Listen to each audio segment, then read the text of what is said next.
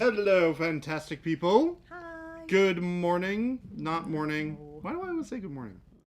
I just got in the habit of saying it. Good afternoon, everyone. I hope you're all having a fantastic Friday. It's been a busy Friday. Lots to do, It's been, yeah. but in a fun way. Lots of good things to be done. Who we got here? We got Avian, numero uno. First to be here, first to talk in the chat.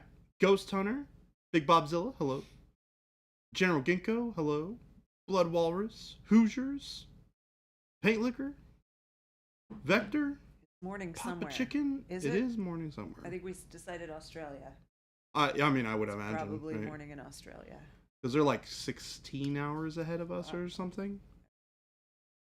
I don't know. Papa Chicken had a thought. What would it look like if we used some texture paint in Noosh? Anyone try it? Did the grit left behind create anything in? Well, the tricky thing about Noosh and the basing textures, because there's no reason it wouldn't work. The only problem is because it's a subtractive weathering technique, right? When you're removing the paint, you're also removing the texture from that area. Yeah. So the texture the texture won't remain where you put it. So it ends up kind of like swooping all of the texture into the crevices, which if that's what you're looking for, is a great way to do that. Like dusty buildup Yeah. in some cracks. Yeah, if I were to do it, I would do it with some of the more finer textures. Like I think the snow could be really cool. Like if you Sounds like Baby J's gonna try this. that might actually be a really cool way to do snow on like armor plates and stuff like that, because you want to collect the snow into those crevices because the rest is going to fall off. But if you want to like get that nice little kind of like gradient with the color and the texture, I think that could work pretty good. Not yellow snow. Time to grit noosh the pink marine. Definitely not. Definitely not. Black Wolf Silver Eyes, hello. Black Wolf Silver Eyes. Welcome. Hello. Panic Bomb Arcade, Zazzin, Papa Chicken. What's going on, everyone? It's Friday. It is Friday. Oh, we got Mechanized Imposter here with a 45 stream streak. Woo! Love to see it. Ooh. Nice long streak. Heck By yeah. my calculations, is like 9 weeks. That is, in fact, 9 Yeah. weeks, right? Yeah, it is. It's exactly 9 weeks. Yeah. You've made it to the 9th week. That's some dedication right there. Uh-huh. I wonder what the longest stream streak we have in stream is. There's no way for us to look it up, but I don't know. Maybe there is. I don't know. who knows? I don't know. Analytics. Papa Chicken can't grit noosh the pink marine until after we've reprimed it. That's right, my mistake. Yeah, exactly. You can't do anything funky to it until it's reprimed. And until then, it gets to sit on Shelby's desk until she's tired of it.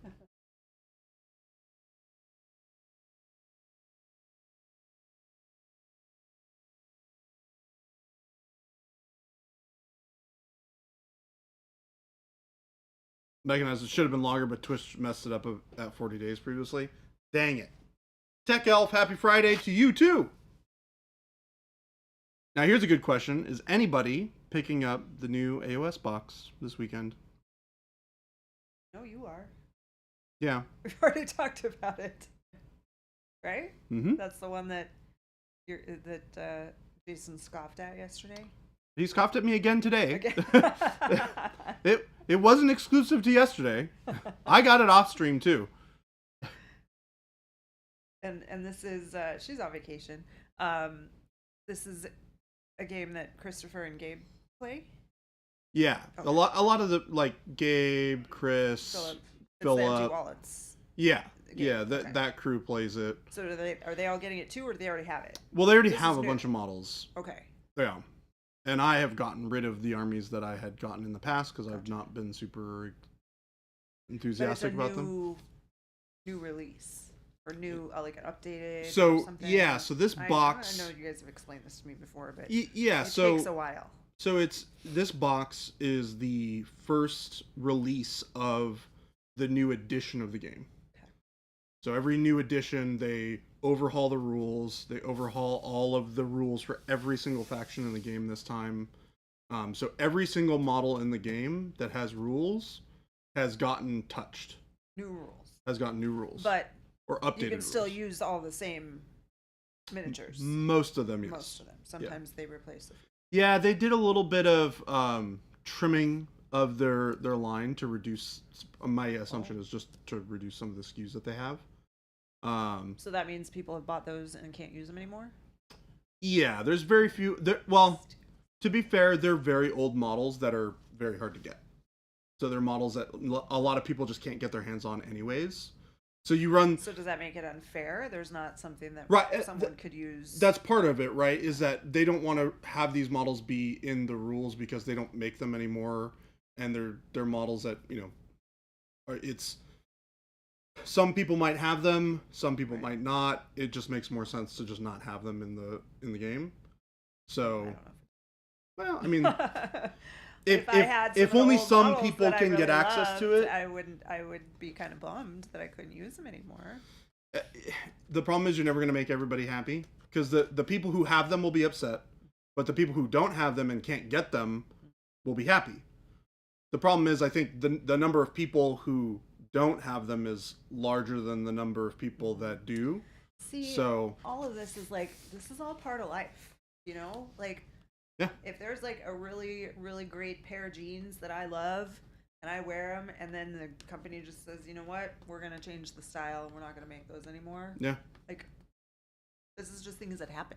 Yeah. Like, I'm not going to get rid of my jeans. I'll still wear them. Yeah. Even though they don't make them anymore. And the person walking down the street might say, "Where'd you get those?" And I'll say, "Well, you can't get them anymore, and too bad for you." Well, and what I will say, I bought them and they're mine. is what they've done is they've created legacy rules for all those old models, so you can still use them, and they still have old rules, but they're not going to update them going forward. Gotcha. So, and you can't use them in like tournament play because they're not technically part of like the core game. I mean, I can see not using them in a tournament, I guess, but like if you were just hanging out at the store and you wanted to play a game with your friends, and you've got this cool army, and that's what they have the legacy rules for. Yeah. So they don't have to just throw them away. It's still possible to. Correct. Yeah. With some small exceptions, I think, but I think in general they have. But now, if it were two people and they both had those really old armies, they could just still play the old version, couldn't they? Sure. I mean, those. You have the old books that you had before, so you could just play the old version of the game. You just couldn't play them in a tournament. Yeah. The nice thing is the new version of the game is much more streamlined, so it's much less complicated. They've taken out a lot of the percentage of people who play this game that actually care about the tournament stuff. And a lot less than do, for sure. Yeah. So I guess I just don't get why it's big. The big thing is with these games, the tournament players are the hyper vocal majority. All of the people who play casually, which are the largest volume of purchasers, while they don't play in tournaments, all of the consumable media, or most of the consumable media, is largely created by tournament people. So they get a skewed version of the game because it's viewed through the lenses of tournament players, right? So it's a weird thing to think about, that even though all of these people who don't participate in tournaments and just like to play at their dining room table are getting information from the tournament players. So when you funnel this information, right, you get the core information, they release a new edition, the tournament players absorb all this information, and then they go, these are the good things, these are the bad things. The people who don't play in tournaments still watch a lot of that content. Yeah. And so they hear, this thing's bad, I don't buy it. This one's good, I do buy it. Sort of thing. Even if they don't play competitively. I think it's something like Monopoly that has never changed. Yeah. The rules have never changed. People still love it. People still buy Monopoly and play Monopoly all the time, and you don't have to change it. They still have fun with it. Like, why does it change so much? I think when it for games like this, it's always nice to have a bit of a reset button every once in a while. And as the game evolves and develops, you get into figuring out that there are some core fundamental issues that need to be resolved, both in the way that the game is designed for the current player base, right? Because as people grow and age and change, and as the industry changes, the things that people are interested in when it comes to games changes. So if the game doesn't adapt to what people are looking for to some extent, then the game becomes less and less and less relevant. So they have to do addition changes, both to clean up the rules a little bit, to reset everything back to kind of an even playing field, and then also to adjust the game a little bit into a direction that a lot of people are asking for. Because, like, for example, 5 to 7 years ago, people would have been really excited about a game that was I go, you go. So I'll play my entire turn, I'll move all my models, I'll shoot all my guns, etc., etc., etc. And then after my turn is over, then you take your turn. The thing is, a lot of the industry and a lot of the people who purchase and play games have started to prove and show with their wallets that they like alternating activations. So that things where I pick a guy, move a guy, shoot a guy, you pick a guy, move a guy, shoot a guy. So I'm not taking my entire turn with all of my models, and then you do that. We're alternating individual smaller activations, which keeps more people active throughout playing more often. Gotcha. Chat has had some things to say here. Yeah, bring it on. Let me check this out here. Vector is undecided on whether or not new box. Tech Elf said nope. The overly detailed War Machine minis to finish painting this weekend. Hard pass, That's awesome. Beautiful models, but my closet of shame is far too full. Skipping it. I vent all of my unused, unpainted models on a somewhat regular basis. Do you know the price of the set? I think the retail price of the box set is $265. You picked your faction. I have. I'm playing Skaven. I don't know what most of the time was this time. The delete. Oh, like, can you? They did use delete the one same whole or army. something? Yeah. They do have rules for it. They're all legacy rules. Hi, Jade. And Oso. And Noir. Houdini, like me, buys Hello. multiple pairs of shoes, multiple pairs of jeans. Captain Mannering is pretty sure they have to throw away the old models. I think that's the rules. TM rules TM. Yeah, in the new edition of the rulebooks, it says if you do not if you own models that are not in this rulebook, throw them away. Throw them in the trash. Yep. People who wail, gnash their teeth, and rend their garments are the ones who are the most visible. Just like Twitter. Yeah, just like the internet. Yeah. Imagine that. Yeah. The game is also balanced from tournament results. Yes, correct. I don't know what that means. So the game, the best way for the development team to figure out what is unbalanced is to take the largest volume of games played that's trackable and then use that as an information guide to figure out where the problems are in the game. And the most tracked, highest volume of games played are tournament results, because they publish all the tournament results for winning armies, and you can see the lists and everything like that. So it's functional data that they can access and use as a reference point to say, hey, we're seeing in tournament play, which is where people are trying to build the most egregious and problematic things because they're trying to win. These things we are seeing are being abused or are abusable. So we are going to tone them down so that they're less powerful. Pop Chicken said because if it doesn't change, how are they going to sell new books and models? And that was kind of my point with Monopoly, is that it's been around for, how many decades, and people still buy it. Yeah, Papa Chicken, you got it. That's exactly it, right? It gives them an excuse to build, to make new models. Isn't selling well, give them a big buff. A new edition, suddenly they sell great. Best game they make. Mike, I agree with you. Well, It's a toss up for me between Middle Earth strategy battle game and Titanicus. I really like Titanicus a lot. I've had a great time playing that game. I haven't played it a ton, but I really do like the game. Slayer Street, hello. But I think Middle Earth strategy battle game for more of a traditional like army game is really, really good. Ghost Hunter, I don't really like Caradron Overlords. I've never really been a fan of the aesthetic of that army. I love the like dirigibles and their like floating like boat things, but all of the individual little models just remind me of like, I don't know, weird ancient dwarves from World of Warcraft, and it just like doesn't get me excited. Smart answers, Jordan. Turns out I've had lots of conversations about this with lots of people, and I have pretty strong opinions on it. But I also have a lot of understanding of how the industry works. So I've been in it for a minute. It's just interesting to me. I mean, it feels a little bit manipulative. And, Oh, like, take it advantage 100% of, is. and, It you know, I mean, it is kind of a absolutely bummer. is. yeah. I mean, they are a publicly traded company with a board of directors and Yeah. shareholders that they have to make money for. And unfortunately, generally when that happens, they tend to make more cutthroat decisions on Yeah. making money.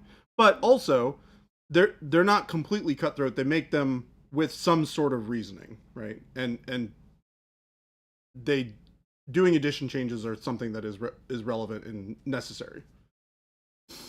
Because it also gets people really excited about the game again, Yeah. right? Like, these guys haven't played a game of Age of Sigmar in like 4 months, at least to my knowledge. Mm-hmm. And now they're super excited about it again. So from the perspective of a company trying to make a game that gets people excited and playing again, Yeah. a new edition is a great way to like instill a bunch of excitement into a community. Lies. I don't even know what he's talking about. He's lying. I am eternally a liar. Chat, he's lying to you. I mean, we're all liars around here, right? I don't know who you're talking to. I don't ever lie. You should type something into chat really quick. Never, ever have I lied in my entire life. Pretty sure there's a tag on your name. Except that once says to liar. Jen. When I told her I was cool. She bought it, and now she's stuck. So that one I can let go. I can let that one out of the bag. I feel like you're both winning, though. We're past the statute of limitations on that lie, by the way, because we've been together for 9 years. Statute of I limitations feel on lying like- to your initial girlfriend on the initial dates is 7 years. Officially Is duped it? because I Is it? still believe you're cool.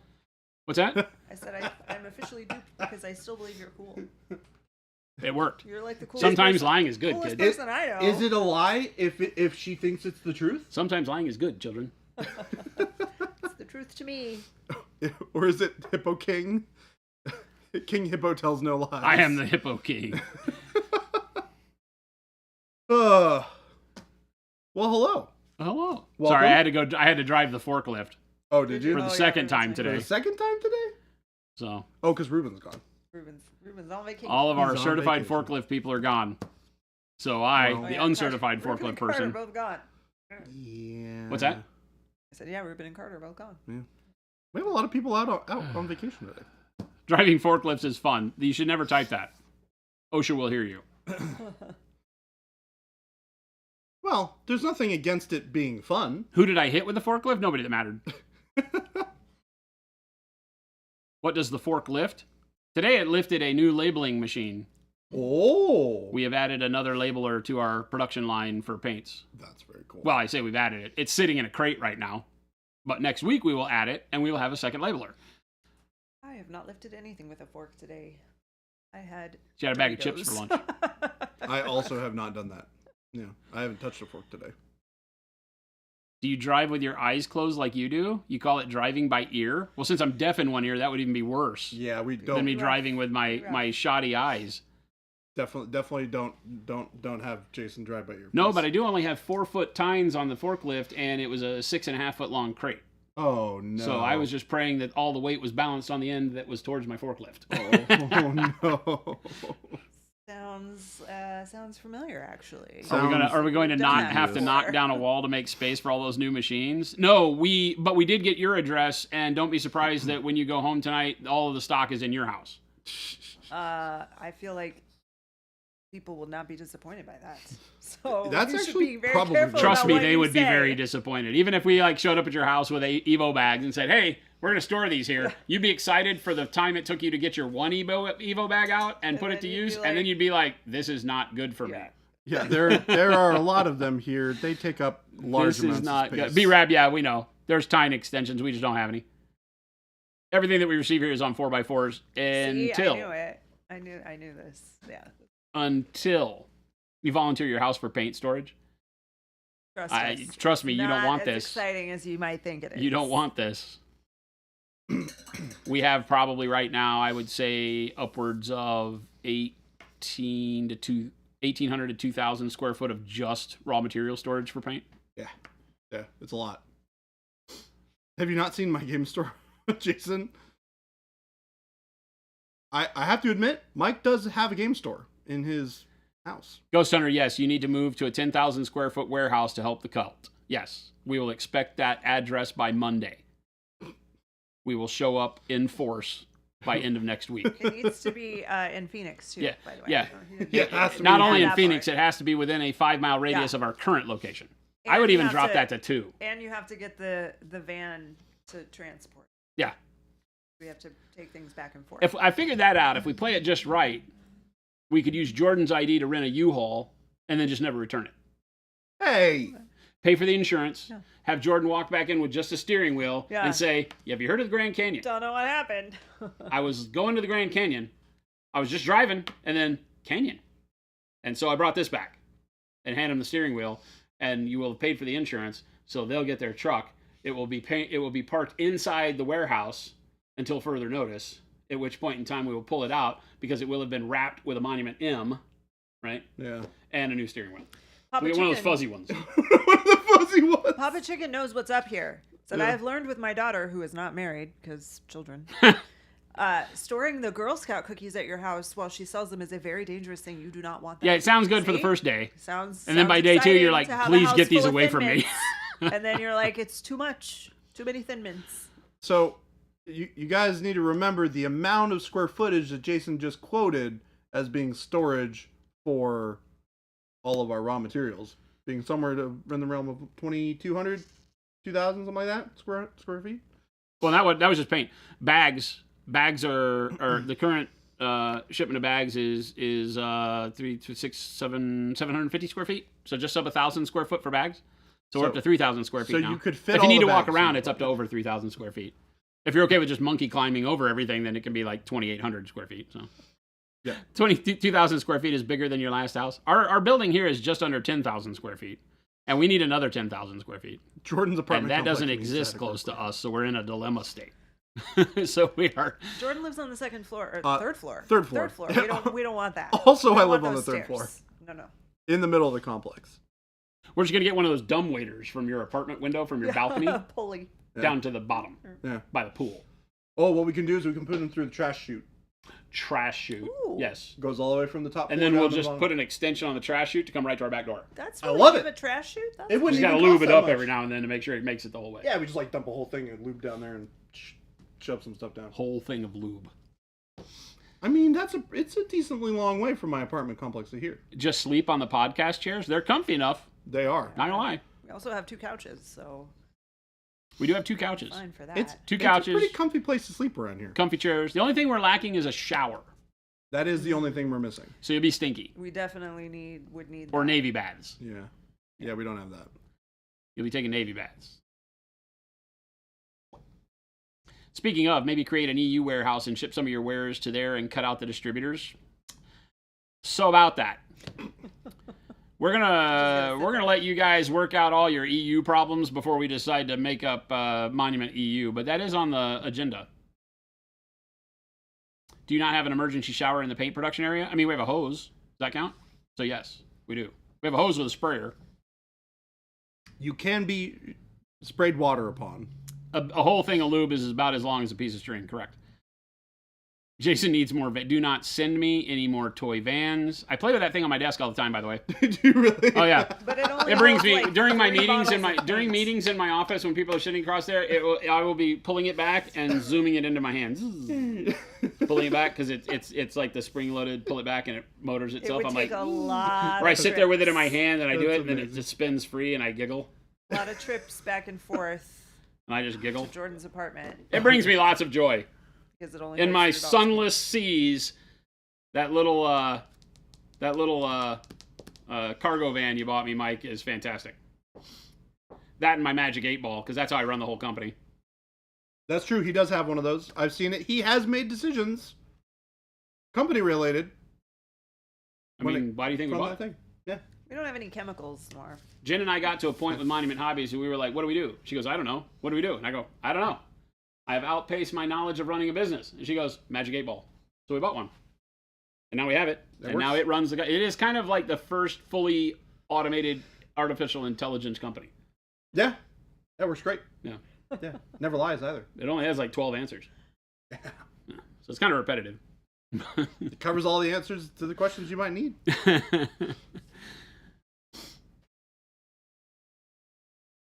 He always answered all your questions without the 8-Ball, and they all made sense. I remember random things. Some of you say, wait a minute. Isn't it an OSHA regulation to have one of those when dealing with fluid chemicals? Only with hazardous chemicals, yeah. You have to have a washout spot, and we do. We have a washout sink Yeah. and all of this stuff. So if somebody were to get paint in their eyes or whatever, you can clean it out, for sure. Go on. Oh, show. What I'm saying is we do not have a residential shower to where you could wake up every morning and take one and remain clean. You could, And- however, and go spray unsmelly. yourself off in the back. Which is what I meant by Navy showers. Couple baby wipes and some Q-tips and you're set. Sometimes I wish. Some Q-tips. Sometimes I think we need to add one because the other day I walked through the break room and I was like, "Ooh, A little ripe in the does summer not with smell nerds. good. Some nerds get Does ripe not in the smell summer. Good." Some nerds are ripe in the summer. Yeah, reminded me of teaching 5th grade. Jordan can shower with a hose. We take him back. We take him out back every now and then. I can just walk back to my apartment. Come here, you hoser. Eh? I will say, I did think about that day when we were bringing in all the copies of Angra. I was like, I might go home and take a shower during my lunch. Just to finish the day out. Yeah, I was like, It's hot. I've It's- just lifted 8 million pounds of games. Yeah. We do have hot pockets. We do have hot We don't have a pockets. residential shower. We have hot pockets and a hose. We have hot so, pockets. We have mean- instant mac and cheese, cup of noodles. have you ever seen Cribs? We're just one step down from Cribs. We're just one step down. Oh my gosh, we need. It's to a very tall do- step, but it's just one step down. We need to do cribs. Monument Cribs. I mean, you kind of did it. Like your walkthrough was kind of crib. This is where all the magic happens. Wait till Put, it's like, a raining cot and shower on the in floor. the parking lot. Do you know where we are, Death from Impulsor? Rain is rare. And When when it it does does rain- rain, it's dirty. Yeah, it's gross. You don't want that rain anywhere near you. Yeah, and the rain's hot. Yeah. I think it rains my favorite. boiling water. I don't know if it rains. We're at the point of the year where there is no such thing as cold water without a refrigeration device in Arizona. True. You go to wash your hands, and the first second and a half is cool. Then it gets to lukewarm, and then it's scalding. Yeah. So you learn to wash your hands in about 3 seconds. You have Yep. to know. It has to become, I mean, it just eventually becomes muscle memory. You turn the water on and you let it run for a second or two before you put your hands in it. Wasn't Miniac's video basically Crib? Sort of, yeah. No. We have hot pockets and a hose. Sounds our- like a threat. Our video is more cribs like than Miniacs was. I was gonna say, or a good time. I was gonna say, who's gonna pass up hot pockets and a hose? I feel like we just became your dream place. You walk through here at lunch, and it's amazing. Like I think Paul ate all the taquitos today. Or were those taquitos that we had from Oh, I don't know. Did he go to Quick Trip and get them? Oh, I have no idea. Those didn't look like Quick Trip taquitos. Did I you never have know. like a massive plate of taquitos or something? Yeah. I didn't see that. He ate all of them. Freaking Paul. Freaking Paul. Freaking Paul. so funny. Am I wrong? Nope. Freaking Paul. Trust me. I say that all the time. Puts the paint on the model's skin or else he gets the hot pockets in the hose again. That sounds like a threat. Right? I'm going to start using that around the office. The beating shall continue until morale improves. And I will beat you with this hose.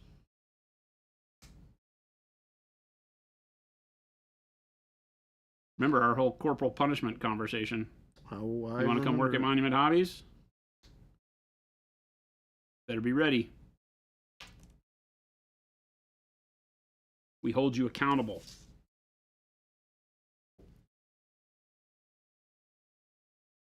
Victor said, I just have to say the shorts recipes applied to the texture trainers are phenomenal. Please make more. Awesome. More. Constantly. Thank you, Giordano LaFontaine over here. Giordano LaFontaine.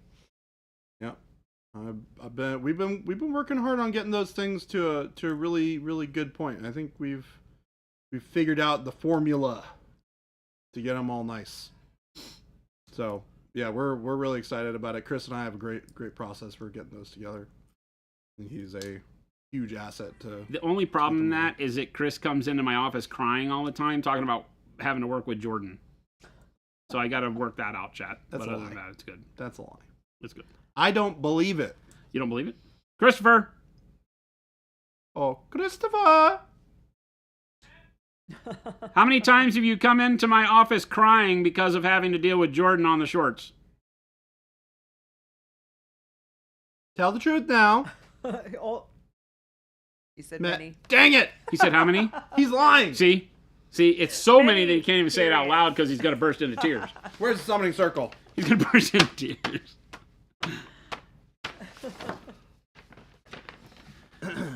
He will burst into tears. It's too many. It's too many. I can't take this anymore, Jason. When I came on board, I didn't know it was going to be like this. If I had an exact replica of this model, like a second one, I would definitely reprime it black and put it on Shelby's desk as a joke. Oh my god, that was so good. There's Yeah. not It's another like, one in the building anywhere? Not exactly the same. You'd have to paint it pink first, Yeah. real quick, So and it then, had a little and bit then just a underspray? light primer coat on it, so you could see a little bit of the Yeah. paint through it, just to Yup. get the pain flowing. Yeah, exactly. Because then she could look at it and see the pink and think, "Oh my god, he actually did it." Jordan, how could you? Christopher Oh, said, I 100% would do that. Christopher said, dark days, darker nights.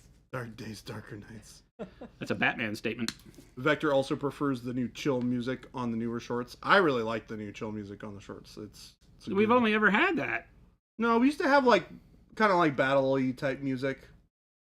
Oh, it was just kind of like epic, Yeah. like more epic, like movie music kind of Yeah. stuff, right? Yeah, like trailer music. Yeah, Chris is on this. Mike, no, it's too late. She'll be back Monday.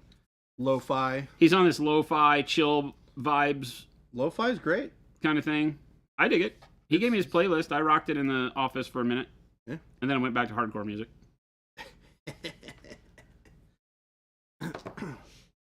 Jordan, there's still time. Go shopping tonight. I'd have to buy a whole nother copy of Leviathan, which I don't want to do. She is out of vacation time. It's lapsed. She's gone. Like there's no more vacation for Shelby. She's already been gone for too long. Yeah, she's been doing a lot of fun vacation trips lately. I mean, if you're gonna spend them, summer's a good time to do it, especially around here. For me, it's all wintertime is when I like to spend mine. I think Shelby used all my vacation time. She used mine. Did she? She used Jennifer hers and Jennifer mine. gave her all of our vacation time.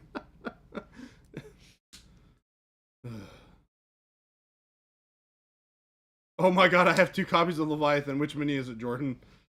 Nope. It's too late. By the time she gets back, Yeah, there's not time. there's no time. Not time. It can still work. Even after she's gotten it, take the one off her. Just give it to her on Monday. Have her come in on Tuesday with it reprimed with a Oh note my that says, god, that's even better. That's even better. You guys are vicious. You have her smile and put it on her desk, and she'd take it home probably just to make sure you didn't do that. No, she'd probably leave it on her desk. Shelby ain't dumb. She- Death from Impulsor, that's not how that works. You can always go on a vacation and use it as a business expense. Turns out I can't expense anything to the business because I don't own the business. And we do not expense things to the business that are personal. Yeah, exactly. Because we have a business to run and people to pay. And... Yeah.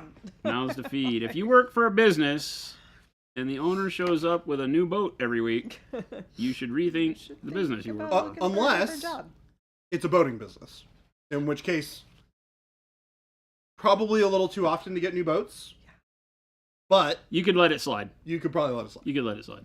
I'm hearing what you're saying. So unless you work for a boating business. Yeah. Turn it into a tax write-off. That's kind of the same thing. Yeah. Just different words. Do you understand how tax write-offs work? Also not a thing that we do. That's not how that works. It actually has to be a business expense. Taking your family on vacation while making you not go insane is not a business expense. So here's the thing. Nobody in Arizona really needs a boat. Nobody needs a boat in Arizona. Like, we have like 2 lakes. Yeah. We have Lake Havascrew. Always far too crowded. You go to Havascrew. Have a screw? Yes. Like I have a screw to screw in this light bulb? Correct. Or yes. Interesting. What an interesting name for a lake. It's called Havasu. Lake Havasu? Lake Havasu. I like Havascrew better. It is Havascrew as its real name. Jason does not need a boat. Jason's getting a boat? Do not trust me with a boat, and nobody will send me a boat. Mike wants you to I am not Canadian, therefore I cannot have a boat. A boot? See what I did there? See? Can't have a boot? See what I did there? You can't have a boot. See? Did you see what I did? See? You can't have a boot. That was a great joke. What was the joke I told you last night? You remember? Dang it. Oh, it must have been good. That's why this is hard, is that I never remember them. Never. Do they make boats big enough for his hippo? The hippo swim, dude. Yeah, I was like, they don't need a boat. They don't need a boat. They sink boats. Yeah. Hippos I are don't think mean that's the real bastards. name of the lake, Jason, but I'll check with my friend, Mr. Jass. First name is Hugh. What's that? Mr. Jass? Hugh First name Jass. is Hugh. Who Jazz? Did you just get me to say a bad word on stream? We're gonna get Jordan said it. we're gonna get I canceled. said 2 separate words that sounded an awful lot like a thing that somebody might think is a bad word. I used did to not, in love fact. those. I used to love those. Call the bar. Hippos are genuinely terrifying. Yes. They kill a lot of people. Yeah. Because they're very territorial, not because they're meat eaters or anything.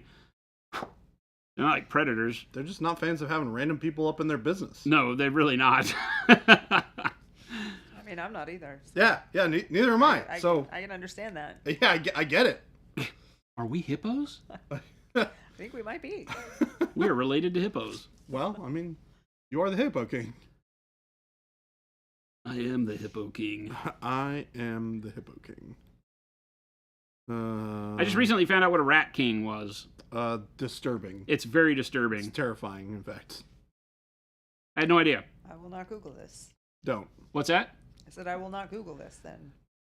So it was a way that supposedly, Didn't right? tell me anyway. It's Well, Yes. it was a not that weird. if you like in the olden days when you had rats infesting a city or a town, a village. One guy tested supposedly it's all alleged. I don't know that there's historical documentation for this, but he put a bunch of rats in a like confined area that they couldn't get out of, like dug a hole, put them down in there, covered it, and waited until there was only one left because eventually they will eat each other, right? And then he would take that one and put him in with a whole new batch of them. And it was basically just a continual king of the hill with rats that he caught and put them in there until he had done it enough times that the one rat that was left was so vicious to other rats that you just let it out in the town and it cures your rat problem. Yeah, And because it's that called rat goes the and kills Rat every King. other rat. You have no rats because, well, you have one rat. You have one rat that you don't want to go anywhere near, I don't think. Cannibalistic zombie Can I get a quick demonstration of the properties of your dry brushes? Sure. Ooh, yeah.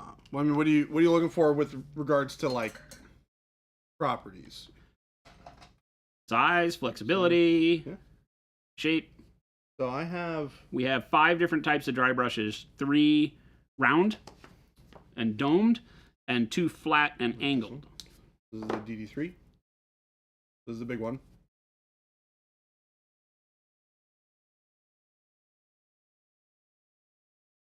Dome. And I think you have the smaller one. The DD1. The Day Uno. Day Uno. Right here. So you can see the difference there. The 3 to the 1. Significant difference in size. And then there's one in the middle of that. Yes, which I don't have over here. I don't think. Said I'm super picky, mostly. Okay, wait. Jordan, here's something that you can focus on. Aha! Super picky, mostly it's about how packed the bristles are and how soft they are. They need to be soft, but not too soft.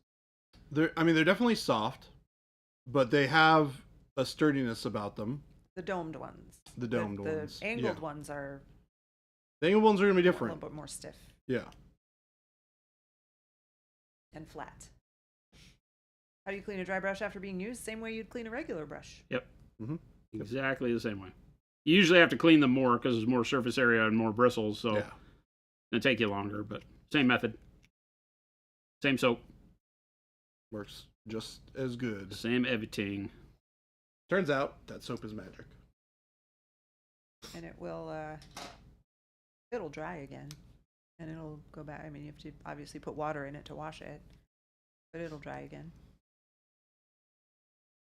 Yeah, the bristles are soft but very springy. They're stiff enough to release paint, but you can still use a like a smudge brush technique if you want to stipple with them. They weren't great for that as well. So yeah, we thought about all of that. We're not noobs around here. If we were going to make dry brushes, we're going to make the best we can.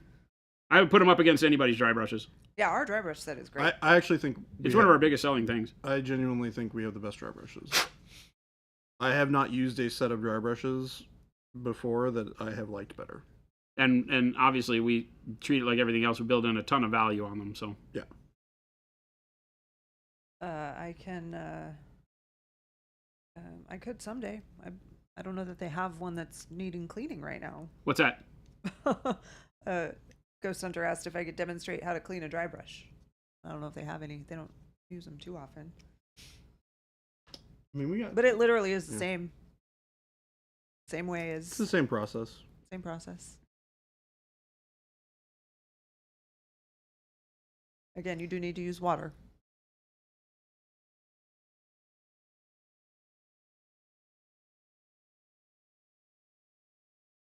We have both. We have 3 round and 2 flat. 2 flat and angled. And they all come in the set. They're all in the set, but they're also available as singles. Yes. So the set has 5 brushes. 3 domed round. 2 flat angles. Easy peasy. Papa Chicken said, making sure Jason is aware. Jordan promised to paint Smog and Plaid. Plaid. I watched Yeah. the video. I didn't do that. I saw it. It's a lie. I saw it. It's a lie. You weren't even baited. You literally, the video clip that I saw was Kimberly, like, what are I'll you show you doing guys. with I'm your going to paint Smog brushes?" Plaid. Well, obviously I was lying. Not happening. Joke's on you guys. Joke's on you. It just got very somber in here. How about that? Chat's like, wow. How about them apples? Sass, or is that you kick ass? What inspired you guys to make this kick ass paint? I honestly think you guys have the best red I have ever used. Well, thank you. First off, thank you very much. All of our paints came from me having painted since I was 8 years old. To give you an idea, I'm no longer 8 years old. And always having to kind of, you use the term struggle. We get, some people will be like, oh yeah, it's really a bad struggle having to paint models. But you get my drift. Like paints that I was using over the years started with things like Testors enamels and Humbrol and Model Master and all sorts of stuff through the years, oils that never just worked the way you wanted them to. It felt like every paint worked differently. And so when doing the live stream, one day we were struggling with some white from another vendor, and I just said, to heck with this, I'm going to show you guys how to make paint. And I actually formulated what is basically our titanium white live on stream and showed stream how to combine fine art acrylics with various other mediums to create a very fluid and functional paint for painting 3D surfaces. Because fine art acrylics in a tube are not really formulated to do 3D surfaces. They're thick. They are made for canvas. They're too shiny, things like that. But, I made the white on stream, and immediately before we could even get done with that stream, people were like, you need to make that, we would buy it. And so Jen and I were like, okay, we'll make some. So for fun, we made some. And it turns out people weren't lying, they bought it. Yeah, sold out immediately, right? Yeah, immediately. And we couldn't keep it in stock. So we called it Special White. It was the only paint we made for quite a while. And then we realized very quickly that if we were going to continue to make white, we needed to also have the facility and the mechanical ability to make more colors. And so we started contacting other pigment and paint manufacturers saying, hey, we want to go down this road, but we have a very specific formulation that we're looking for. Can you do that? And most would say no. They have, most of our competition don't get to formulate their paints. What they do is they take formulations that the company that is usually a coatings company that makes house paint as their main focus, or industrial paints, comes forth and says, we have these types of components that you can use, and they put them together in a way that works for what they're doing. And those we just couldn't work with. They either cost too much or whatever. But we really had this dream of making all these colors. And so we finally found a partner in the fine art world as a chemist who had in their lab made fine art paints, not coatings, not house paint. Miss Mouse There's a big difference. And Real Mamba, thank you both for the raids. Hello! Welcome, Raiders. And so that's where I started. And once we crossed over that kind of Rubicon of understanding we could do it, then we did it. And that was, we wound up releasing the paints in Black Friday of 2018 and haven't looked back since. So this is year 6 of Pro-Acryl being on the market. And thanks to you guys believing in our craziness, we're still here, still kicking, growing every day. That one guy, H, used brush goop and water to clean dry brushes, and said they tend to stay all clumped together after cleaning. But you're saying they're not our brushes? So my question back is, are you sure you've gotten all the paint out? Yeah, I was going to say, that's a problem of not rinsing sure properly. You've gotten all of the brush goop out? Because you do have to rinse it really well. Yeah, that's just simply not getting all of the material out. And do you moisten the dry brush before using it? No. Depends. It depends on what you're doing. If I'm smudge brushing, the answer is yes. So if I'm using the brush to stipple, then yes, I'll get it a little damp before I start stippling with it. That'll give you more texturing. We painted the whole rhino that way, this side of the rhino, right, was done 100% with dry brush, right? So you can see if we zoom in here, the stippling texture, right? It has that pattern. And so I just started dark, mid-tones bright, and then I dry brush the edges to get the highlight. And so if I do that, then I want the brush a little bit damp so that it actually unloads paint. Because as you're just, you can imagine if you're taking the larger DD3, right, and you're just hitting it perpendicular on the surface, it needs to be a little damp so that the paint remains wet. Otherwise, you'll get the dots will be too far spread out, and it will look like you're doing chipping. If I were going to do chipping on this, I would not dampen the brush for that exact reason. I would want fewer dots and further spread out and random. And that's what happens as you dry the brush, right? Now, if I'm going through and doing more standard edge style highlight dry brushing, then yes, I keep it dry like Jen said. You don't dampen it, right?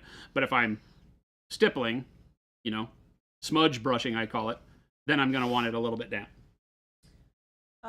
Do you guys have any of the angled dry brushes that you could show? Sure. I do not over here. Sure. Got a DA1, like a 3/16 wide, and the DA2, right, is a 5/16. So the perfect size for, most of what I wind up using these for is like getting in and dry brushing terrain in between feet, or, up into the bottom areas of models. And then the larger angled DA2 is good again for just surface stuff, right? Whenever I find myself dry brushing on areas that are curved, I tend to want to use the angled shaders more, like these. And when I'm doing like sides of tanks and stuff, I like the dome dry brushes. But they're fairly interchangeable once you get used to them.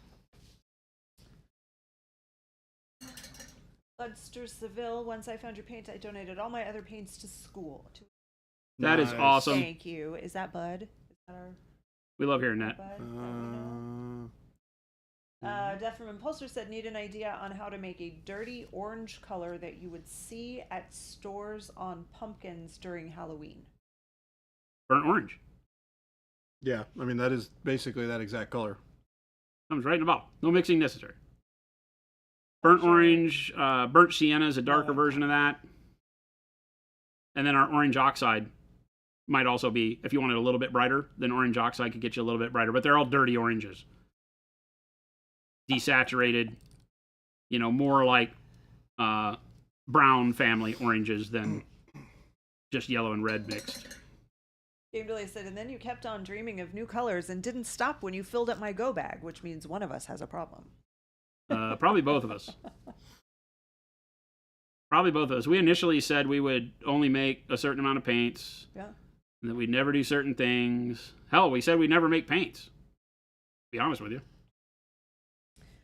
Papa Chicken said it's time for a sales pitch. Been using Master's brush cleaner for years. Should I throw some of Jen's brush goop in my next cart? What's the difference? I mean, if you want to, you should. So yes, so first off, Master's brush soap is made primarily for synthetic brushes. It is a brush soap that is made for the world of 2D art. We used it for years. So while it has some good principles to it, there were some qualities to it that wind up being very harmful to your brush over time. They dry out your brushes. They don't reconstitute. They don't have any conditioning aspect to it. No matter what the thing says, it doesn't. It has an astringent in it that almost dries out, soaks all the life out of your brush. But it will get it very clean.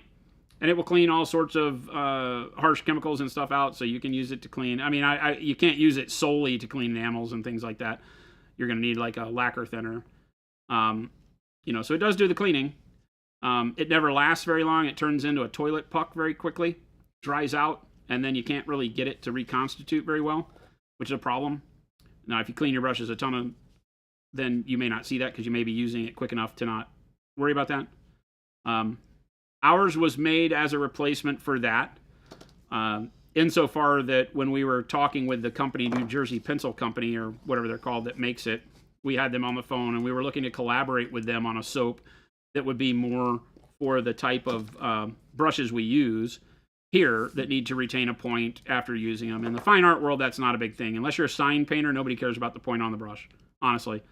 Some watercolorists and stuff, so I'm not trying to say nobody does. But by and large, as canvas painters, it's not the point, it's the shape of the brush that makes a difference.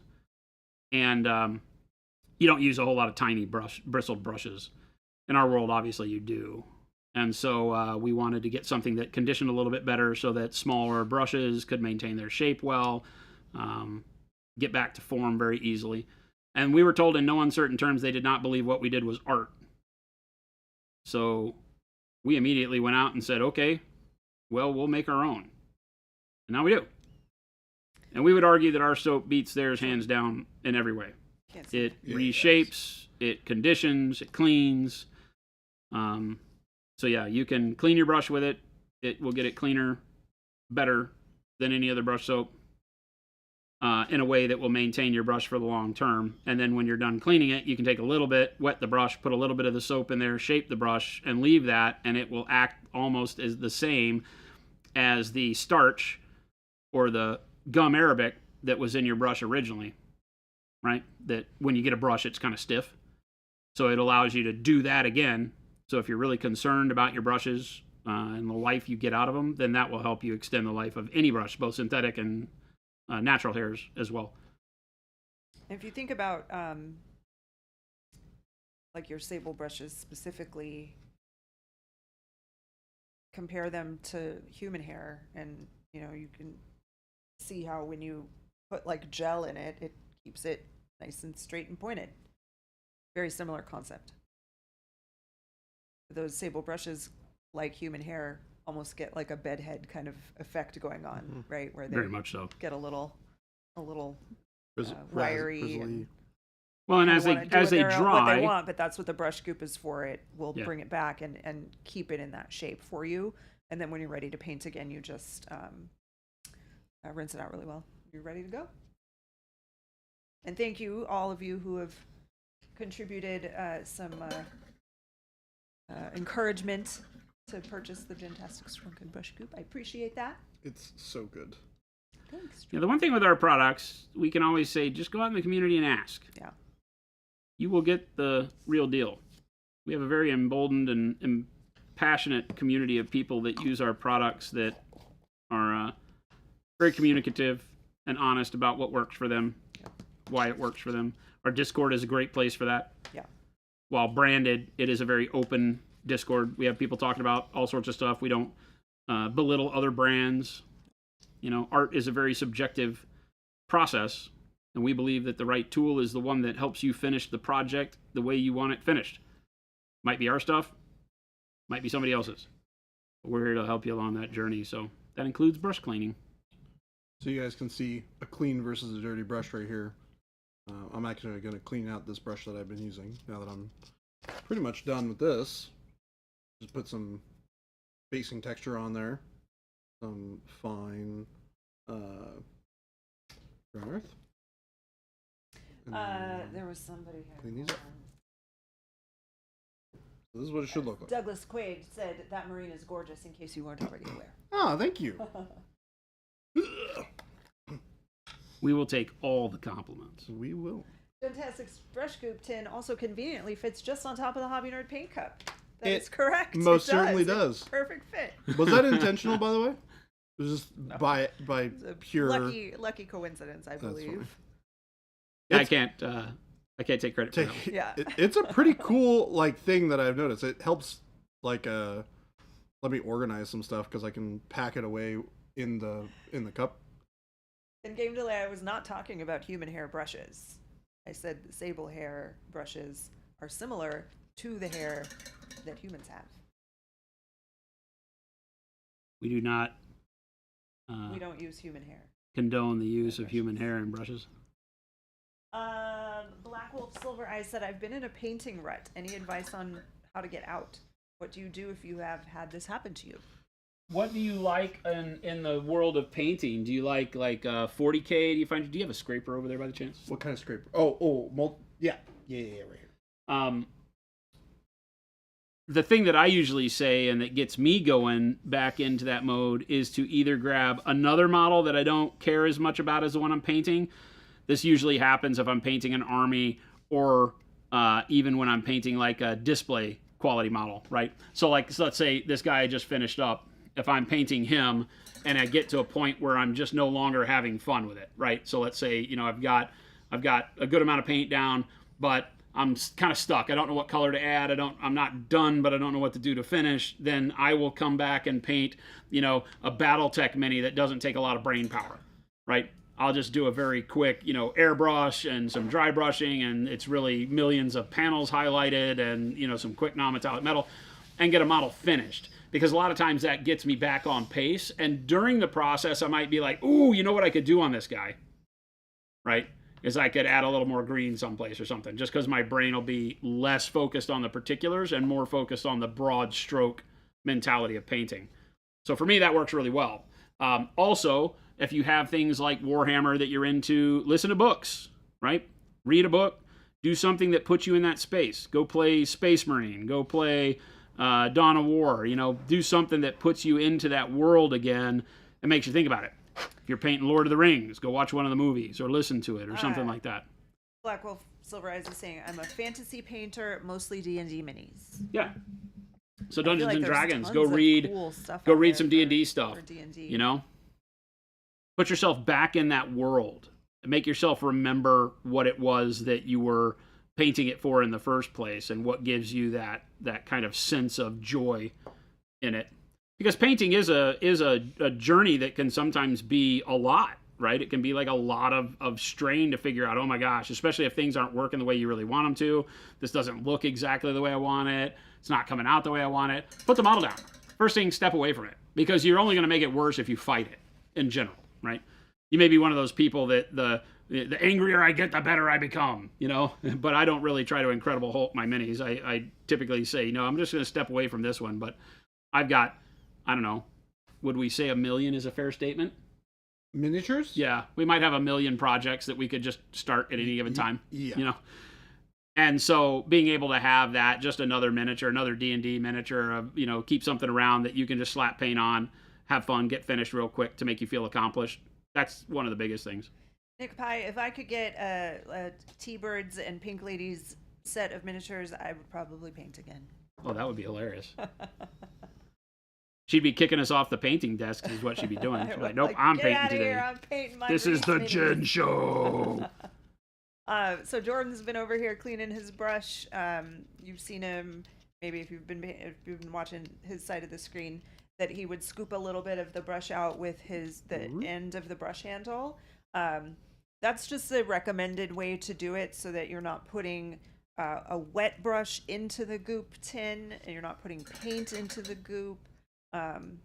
It's not bad if you do it. Just, you know, if you think of like a bar of soap that gets wet, it gets a little like gooey kind of. Yeah. So you don't want to avoid that in your brush tin. The soap dish in the shower that never dries. Exactly. The top of the soap is fine, but the bottom of the bar is like slime. Like weird, slimy, lathery kind of thing. Like, you know, it's soap, but it still feels kind of gross. Yeah, it's still weird. So you can see that Jordan's tin there is perfectly clean. So if you have been a person who wets your brush and then puts the brush right into the brush soap, that's fine.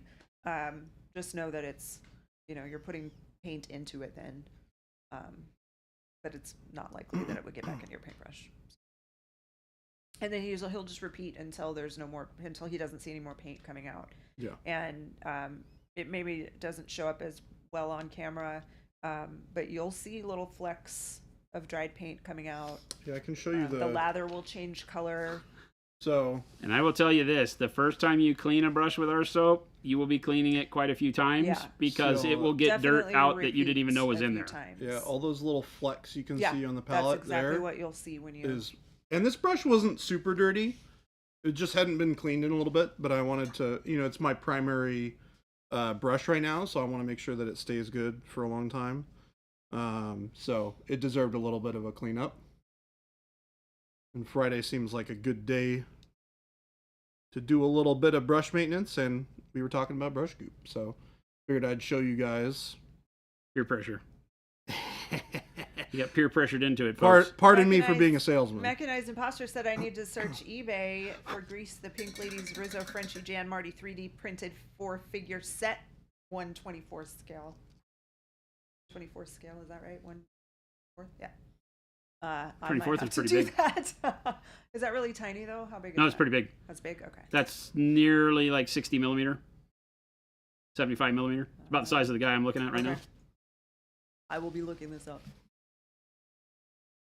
Space Marines are generally like 1/56th, 1/48th in that range, depending on what you're looking at. So 1/24th would be double a Space Marine. Pretty big.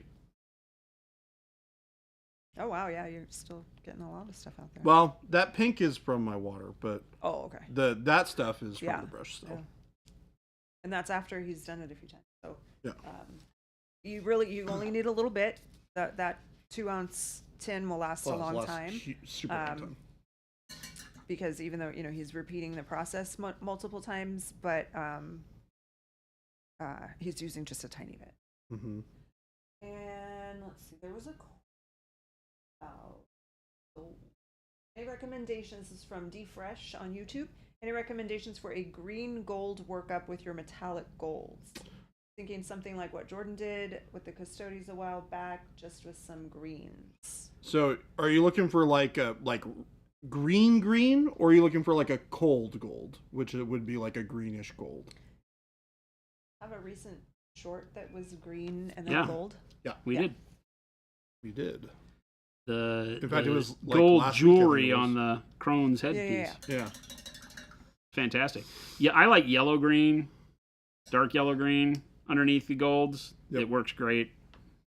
Yeah, I believe that workup was, it was like 3 colors. It was, You used like dark camo green. it was dark camo green, or it might have even been camo green. And Said then it cold was gold. Cold gold. Yeah. Okay. Yeah, I mean that recipe is what I would do.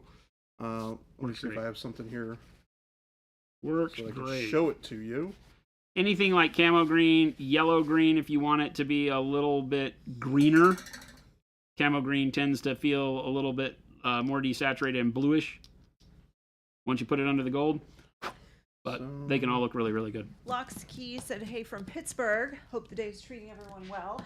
Hello from Arizona. Hello. We're staying inside." We most certainly are. Here, I'll use the Arizona, where we this run side from here. air conditioner to air conditioner until November. That's right. so I'm using dark yellow. Oh, green. Defresh, he'll still show you, but yeah, the short is Yeah, I'll show you might something. be helpful. This will be a different recipe than the short, just so you have a couple of different options, so you can see that there's multiple different ways you can approach it. We got you. So I'm going to use dark yellow green this time, and I'm going to grab a slightly larger brush. Oh my God, more air bubbles. Papa Chicken, I will we'll get to your question next when Jordan's done. I mean, we can answer questions while I'm starting this up. Well, Papa Chicken said not using scissors. Is there a good way to fix a hooked tip on a synthetic, or in my case, wolf hair brush? So I'm not familiar with wolf hair brushes. It's just a The synthetic. Hooked tip on a synthetic, you can prevent it or like prolong it from happening. But once it's hooked, it's probably going to stay that way. But just embrace it. Just use that as a Use the hook to your use the hook. advantage. Yeah. There's a lot of benefits and cool tricks that you can use. We have a video on our YouTube called Chasing the Point. Yep. Go watch that. It's a short video that I did that shows my painting style and how I manipulate a brush. I only use synthetic brushes for all of my painting. And the way that I avoid that tip curl is exactly in that video. And it's what you should be doing as a painter. It's what I've learned before, even, on models. It's just how you maintain the shape of your brush. And a lot of people don't come from a world of having that brush control taught. And so it will give you all the tools you need watching that video to help. And to avoid that, and to also be able to say that, okay, even though I have a small, twist or bend in the tip of the brush, that it really isn't a big deal. Until it's such that, the whole brush is deformed. Which, brushes are disposable objects. So they're disposable tools. You just want to get as much use out of it as you can. I think that's the biggest, thing that people don't think about is the fact that, brushes are not going to last forever. Nope. But, in our world, you can be, you can get the information that, I got to get this particular brush and it cost me $15, or $20. And that's that's something you want to get value out of. Oh, 100%. Absolutely. And so the techniques that I talk about in that video will help you with every brush you do, whether it's sable, synthetic, whatever. Black Wolf Silver Eyes, thank you for the sub.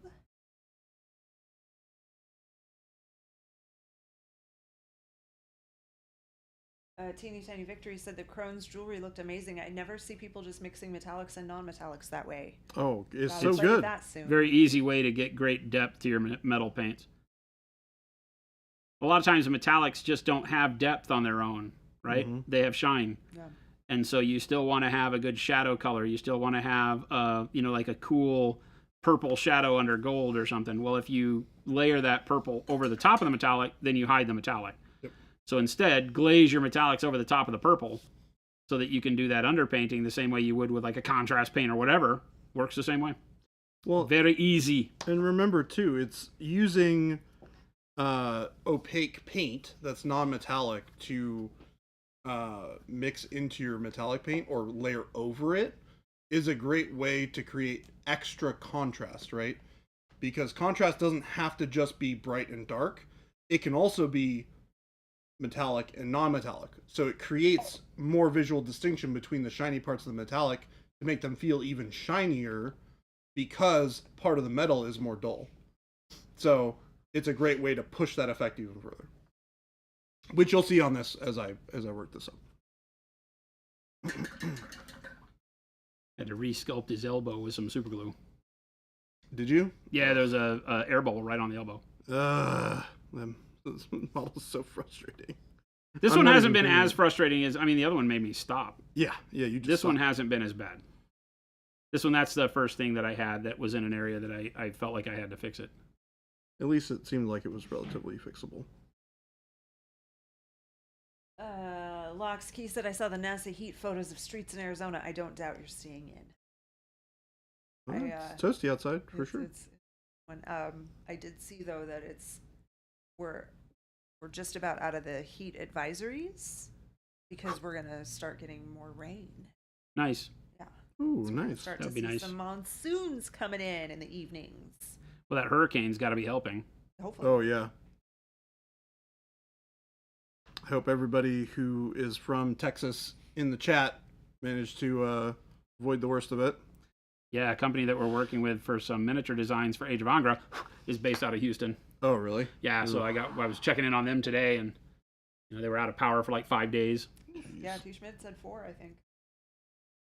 No bueno. We do get rain, yeah. It rains here Not every as now and much then. as most places, but we do get rain. for When sure. it does rain here, it pours.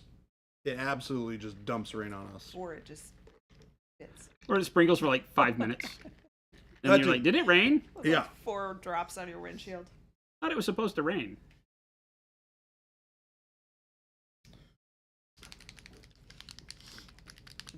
Now we get the humidity. Green users, are you in Phoenix or are you in Arizona?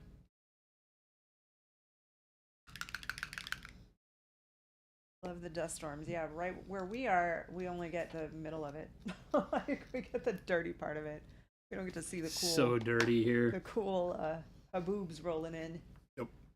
All right, we're gonna mix 50-50 bright gold and dark yellow green for our highlights here.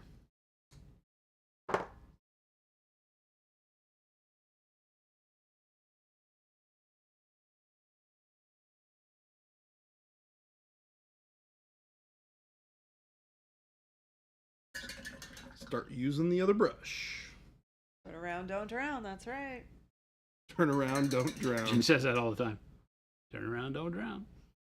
I didn't make it up. It's a real slogan. I have to say to people. Because people don't think sometimes. Oh, how funny! I just opened my phone and the first thing is the NASA. Weather It heard service. you. Yeah. We heard you talking about this 160 thing. degree roads and sidewalks. Oh yeah. Sun sits and bakes Don't walk around barefoot. concrete and it holds it. It's real hot. I hear that's how that works. Also, what keeps tornadoes from hitting cities? What at? Hot ground? The heat updraft Oh. from concrete. Green users are in North Phoenix. Yeah, we're just right in the middle. 3rd Street Indian School. No. Phoenix melted all the measuring instruments. Also true. I feel like there are parts of the years where the news reads the temperature in the shade, so they don't scare people. We don't have a store in the traditional sense, but we definitely welcome people to come in and purchase from us directly. We also offer a local pickup option on our website, so you can shop ahead of time, and then rather than paying the shipping for USPS or UPS to deliver it to you, you can just choose local pickup, and then you can come by. We send an email, and you come by and pick it up. Come on down. But we are not a traditional store in that our hours are not what people expect from like a game store. We're open from 8 to 4. Technically, I think we say 9, but yeah. Well, we really Give wanna us some say, time like, to get 9 in and open 3, up. We because typically say 9 to 4. we like the crew to leave right at 4. You can come see the factory. Yep. Because it's a factory. It's an industrial Yeah. operation. Well, in the back. but people walk into the front door and always feel like They in the freak wrong out. They're like, place. I'm in the wrong spot. And then they apologize, like, "Oh, so sorry," and they turn around and try and leave. And we're like, "No, no, no, come in. It's okay. You're in the right spot. You're welcome." Tavern Keeper Miniatures, hello. Hello. Can't wait to make the Papa Chicken said can't wait to make the PA pilgrimage. Heard that as part of the tour you get to turn on the air compressor. I'll let you do it. That sounds like fun. It does. Love to come down and see everything when it cools down a bit. We'll be here. Wait, I just realized that I work in proximity to the air compressor now too. Yes. You can come in and turn it on anytime you want. Anytime they get a little sassy with you, just walk in and flip that switch. I haven't done that yet, but I really should. Remember the whole part about Chris crying? He does cry about me, apparently. We are a reverse mullet, party in the front, business in the back. I love this model. Awkwardish Panda said she's going to show up at 2 p.m. and crash the stream. That would be funny. Osobi Payne said, Jordan, are you using water to thin those lower layers to bring out more of the gold, more of the green? Yeah. Yep. Because remember, you can utilize one color of paint, one mixture of paint, in so many different variety of ways. You can use it in lower opacity thinner to reveal more of the colors underneath, so you get a bit of a gradient. It lets you be a lot more flexible with the colors that you're mixing so that you can get more range out of them and not have to do as many in-between mixes, which is great. Awkwardish Panda, one of these days I'd love to get out to Arizona. We recommend the days from like November to May. Those are the good now's days not to a great come time. visit. Yeah. Try not to come during July. I mean, you can. I mean, We you'll will get- welcome you'll you just the probably same. You'll probably get good plane tickets and hotel It'll be a lot prices. cheaper. Yeah. It's a lot cheaper to come here in the summer. If you like to golf, summer is the time. You can actually afford the green You can fees. afford it. Born in Arizona, haven't been there in 34 years. It's probably changed. I was going to say, it hasn't much changed, but it's changed a lot in 34 years. Because that's about, how long have I lived here? Oh, I've lived here longer than that, but. Don't do that math, honey. Yeah. But thinking about 34 years ago, and that would be 1990. That was when I graduated from high school. It's changed a lot. Now's not a good time to go anywhere, to be honest. All right. We're I going to take disagree. Bright Gold San by Diego itself. is lovely right now. You Which were born in is Yuma. Yuma maybe hasn't changed much. I don't get to Yuma very often. But I do assume it's probably grown quite a bit. Stayed in Sedona and it cools at night. It does, but the high temperature in Sedona right now is still over 100 degrees during the day, so it's not going to get as cool as one might like. It was nice when we were there It was nice when we were there. a couple And then weeks it started back, getting hot. a month ago. It was nice. Got down into the 70s, 60s at night, maybe even lower. 50, high 50s. No, it wasn't that cool. It was chilly.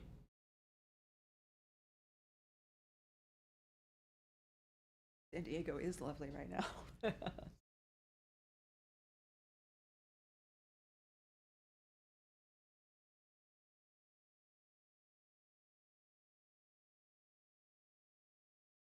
right. Just building up Bright Gold.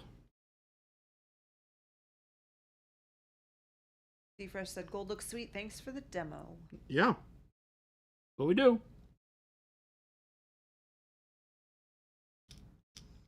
Oh, so B Payne said, "Jordan, this was super helpful. Thank you." You are most welcome. I just sent an email. Well, we had an email from someone to our customer support email inbox, and right before stream, I was reading it. It was a really nice one. It was a wow. I have been out of the hobby for 5 years, and I just came back and got your stuff, and it's great. And we love those. But anytime someone, reaches out to us with an email like that, I always give them the whole spiel about, you got to join the Discord now. You got to come watch us stream. There's all kinds of great resources for fun. We do a lot of cool stuff. My name Borat said, "What are some of Monument Hobby's go-to for plinths?" For what? Plinths. Plinths? Yeah. I mean, I just use some live edge wood that I think we got from like Caleb Wissenbeck used to do this years and years ago. Yeah. But like Jacob Jansen does some really cool wood. This guy we did on this live edge. You're welcome. You can. I'm so happy that That's someone nice. got it.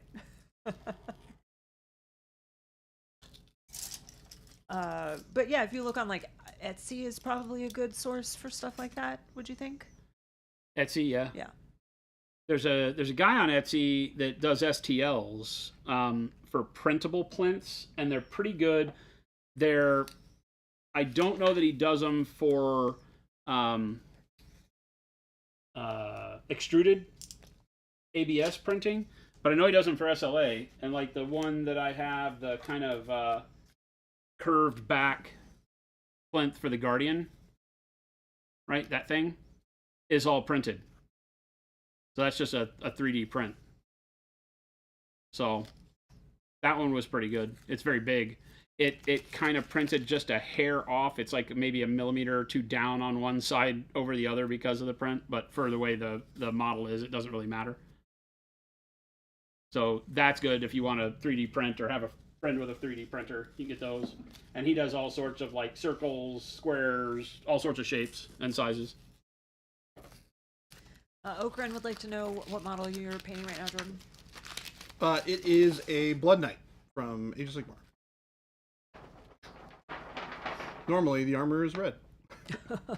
He's not going to be two-toned? Red and I like gold. Red and gold. Blood for Blood God. Oh, wait. British Panda got your order last Friday. Thank you to whoever dropped the donate the paint sticker man, in that with guy is it. cool. They do it randomly. We've got like 5 or 6 different sticker designs right now. And it's interesting. Matt tends to just pick one, and that's like his go-to. That's like Addie his and signature William have all sticker. of them, and they randomize it. Yeah, I used to always randomize it. Dang it, Christopher's not here to, or Gabe's not here. Gabe is not here. We only- Hi, Chris.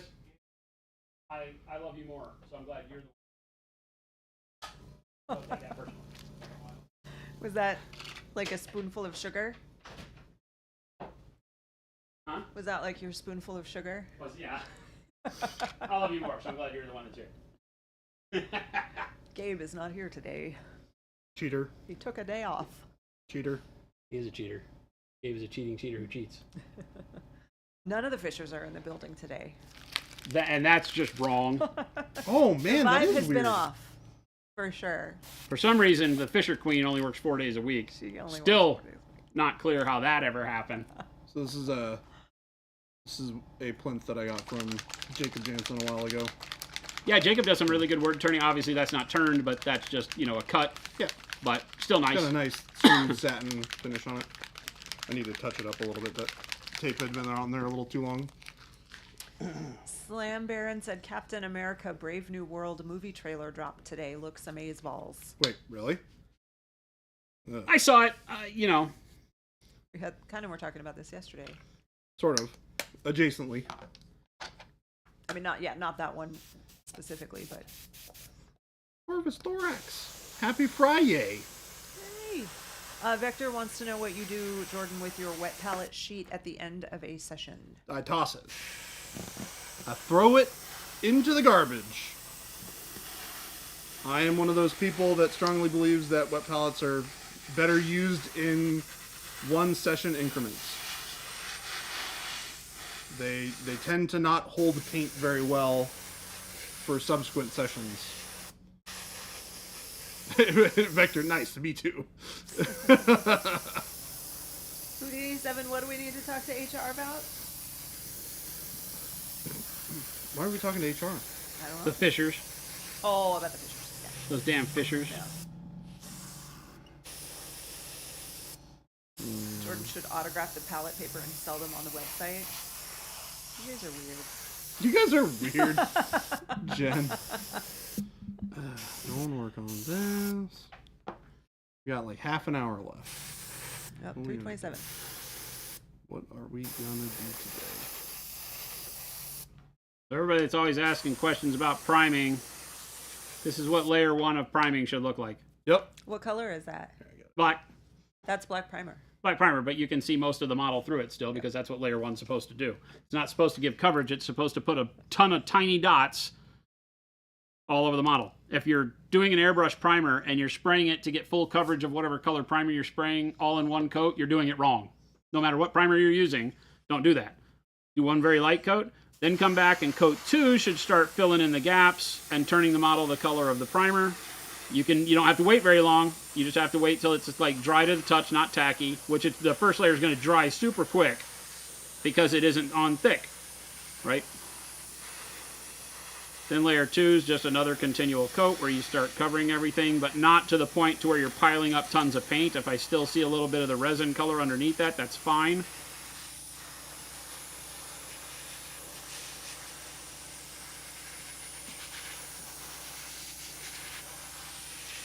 Ghost Hunter. We agree. The Fishers are fantastic. We need more of them.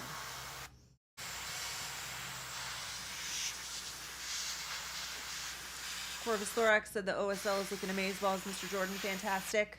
I assume on the chrome. Thank you.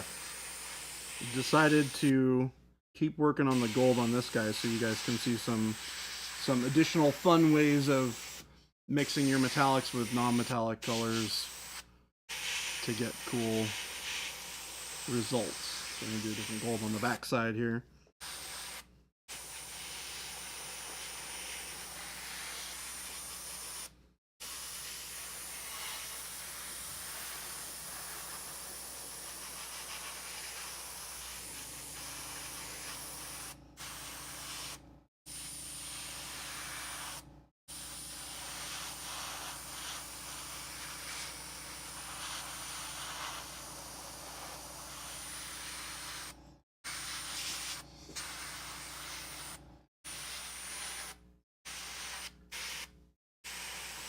So I watched Godzilla, Kong, whatever the new one is. Yeah. Ooh, Rough? that was a rough movie, gang. It was hard because it was a fun romp, right? Yeah. But my God, did they just say, who cares? Who cares? Like, forget about it. Nobody cares. We're just going to throw all this crap together, and it's just going to be a fun romp. Because it was hard. Even the fantastical suspension of belief that I can give to things was rough watching that movie.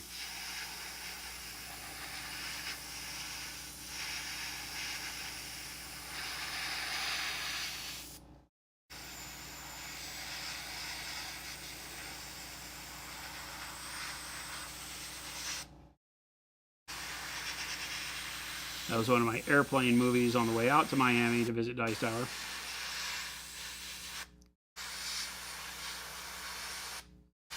Vector said, did you see Shin Godzilla? I have not seen. I feel like I've seen it because I've watched a ton of stuff about it before it was available over here in the U.S. to even see. Wait, isn't that the Godzilla movie we all went to go see? No, that's Godzilla -1, Oh, right. which is also fantastic. It was a good throwback, That was good. Yeah. right? It was just kind of like, oh, okay, this is old Godzilla, Yep. Yep. right? And it was done in a, here's humans, here's the monster, here's life, kind of a thing. That is not Godzilla vs. Kong. Godzilla vs. Kong is, it has a, unfortunately they've gotten it to the point to where it feels like Transformers. It doesn't really feel like there's any weight to these monsters, because in most of the scenes it's just monsters. They're not destroying anything about humanity. They're in the hollow earth, and it's all gigantic things, and they're just throwing kaiju at you, and it's like, well, everything feels like it's human size, right? Because there's no humans to reference against. They're not like killing the Empire State Building anymore. Yeah. So there's no like visual reference. It's just, whatever. Well, it's a good contrast for comparison is you look at like a movie like Man of Steel, where in that movie when Superman is beating up what's his name? Zod. Zod, thank you. They cut during the fight scene a ton to people in the streets freaking out. Oh yeah. They make it. They put the camera on the ground and showing the city falling apart around them, just to root you in the concept that bad things are happening. Oh yeah, like a flick of the wrist, and thousands of people are dying, and buildings are toppling Right. over, and it's crazy. And then the alternate side of this is if you focus on only the big monsters, you don't get a concept of. Well, you lose scale. Yeah, exactly. And it's almost like the filmmakers think everybody knows that Godzilla is huge, but if he's the only thing in frame, he's not huge anymore. He has to have like the boat. Yeah, Godzilla minus one was great. Shin Godzilla is really weird. Oh, that's the baby Godzilla one, right? Well, it's Godzilla going through these evolutionary stages as he comes to land, and how humans are dealing with it, right? And he's Oh, like this really weird lizardy snake looking thing at first, and goes through all these odd transitions. But supposedly as a composition, it's really fantastic. I just haven't ever sat down to watch all of it. Every time I found it, I've had to pay for it, and I haven't been in the mood to rent it. Vector said got started on Texture Trainer number 2 tonight. Belt and first coat of jeans done. Awesome. Nice. Hope you're having fun with it.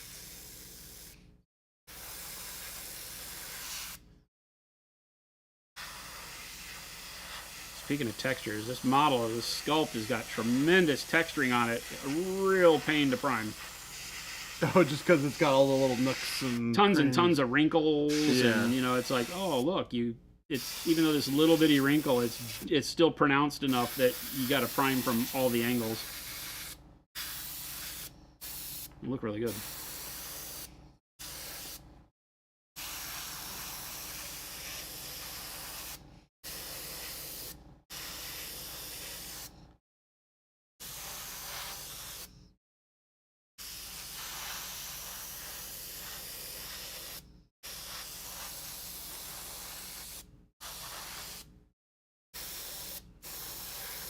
I usually go back once I have good coverage on everything. I feel like I've hit all of the spots. There's black on everything. I know I'll rub paint off of these little sharp claws and stuff, but once I feel like I've got good coverage, I'll generally go back with just another thin coat over everything, just to tie it all together.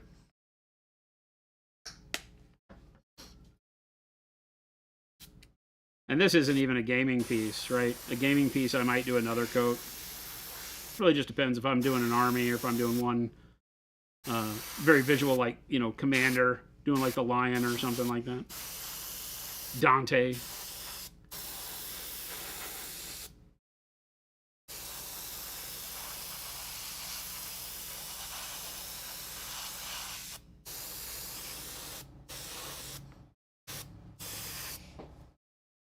It's pretty good.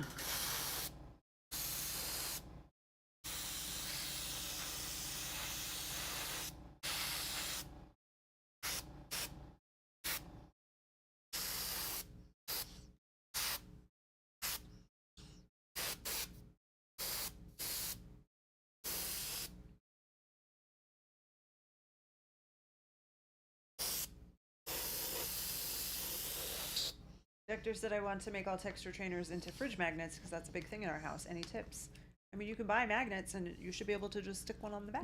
Yeah, you can get the magnet tape and just tape it to the back. It's fairly flat, sand it a little bit. The indentions that make the monument M are not big enough to really make a difference. Or you could, if you wanted to get like little ones, like heavier duty magnets, you could Yeah. drill little holes and put little rare earth magnets in there. But you shouldn't need that for a refrigerator. It's not that heavy, a few ounces. It probably doesn't weigh much more than a chip clip, Yeah. to be honest with you.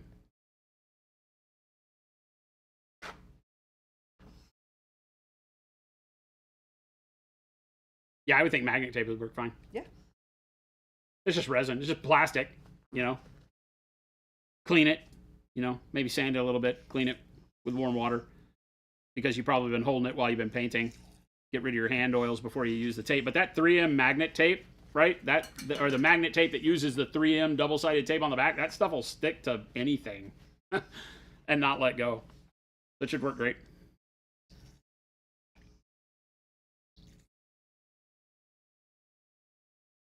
What you're doing, Jordan? And if you're worried about it, you can always put a couple of drops of super glue down, and then the magnet tape.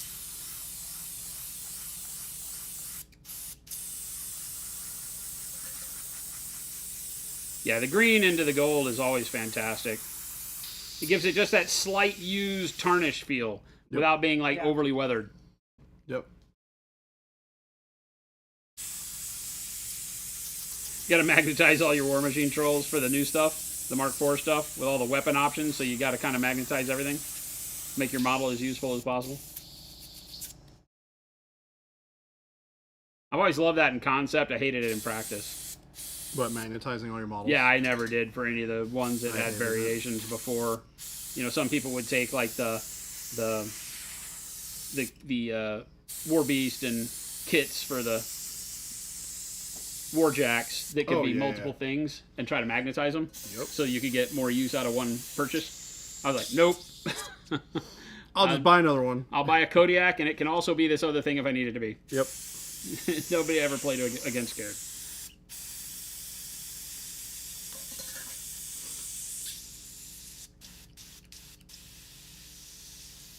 Yeah, we've had some people send us photos of them doing the texture trainers and having them on their fridge, and I think it's great. Yeah.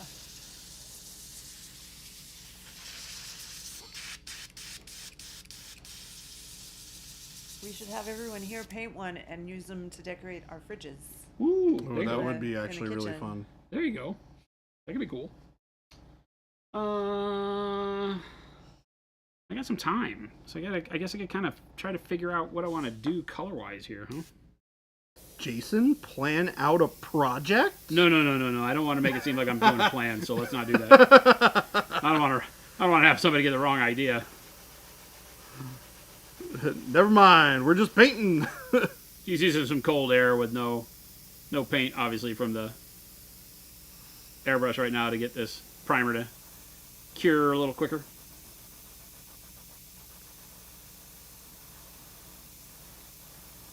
Jeff from Impulsor said low pressure or medium pressure when putting on primer. We never change. We're at about 22 psi for all of our painting. We literally never touch the adjustment. Yeah. I The only reason it would change is because of like barometric pressure in the air here as we go from like humid time of the year to dry time of the year. It might go up or down a bar. I don't think I have ever touched the adjuster for it in the entire time that I've worked here. Nah, we never do. Yeah. People ask, I'm like, 20 psi. I look over, I'm like, we're at like, well, right now we're at 30 for some reason. Because it's humid, so like I said, it goes from like 25 to maybe 30. It said I'm using a Neo air compressor. Air compressor. Yeah, Shouldn't matter. the compressor type doesn't matter. I mean, assuming that it has the correct readout of pressure. I'm a 22 to 25 max fan. There's no reason for anything heavier than that. Although there are people who feel as though they can control their painting better with different styles based on the thinness of their paint by turning the pressure up and down, and that's fine. There's some truth to it operating a little bit different. You know, higher pressure with thinner paint will tend to spread your paint more. So feel free to play around and try new stuff out. Like I said, for us, 22 to 25 is really good. So what I'm doing here with this step is I'm taking silver and mixing it with the bright gold. Get my next stage highlight just so it reads better. Vector 23.5. That is not the midpoint between 20. Is it 22 and 25? Yes, it is. 23.5. Silly mathematician. You silly math guy, you. Hey Jordan, is this how you started the other side of the model? Like, did you do this gold and then you put red on top of it? I know. He did paint gold Yeah. first, Remember. and then put Yeah, red, yeah, but it wasn't yeah, green pretty much. first, I don't think. So you'll be able to finish this and like do the same thing and have it. I back? could basically do this on the other side, yeah. if you needed to use this model. Is this just your demo Well, this model? is Jason's model technically, but Oh. Well, then we know Jason doesn't need to use the model for anything. yeah. He's just stealing my stuff. Well, hold on. I asked permission before taking this model. Here we go. I did. Here we go. I did. Here It was a while ago. You may Here not we remember. go. Here we go. I promise. Here we go. Papa Chicken said, how many coats of primer would you suggest for gaming pieces? I heard more for gaming than display, but did I miss you saying a rule of thumb number? Oh, I don't know. I mean, when I'm painting, I'm generally putting on like 3. You know, the first coat is that very light see-through coat. The second one starts to fill in, and then the third one, pulls it all together and gets the underarms and spots I missed. That turns into feeling like you've probably done 4 coats. And that's where I start with everything. Gaming miniatures, I might do fewer if I'm doing a lot at the same time.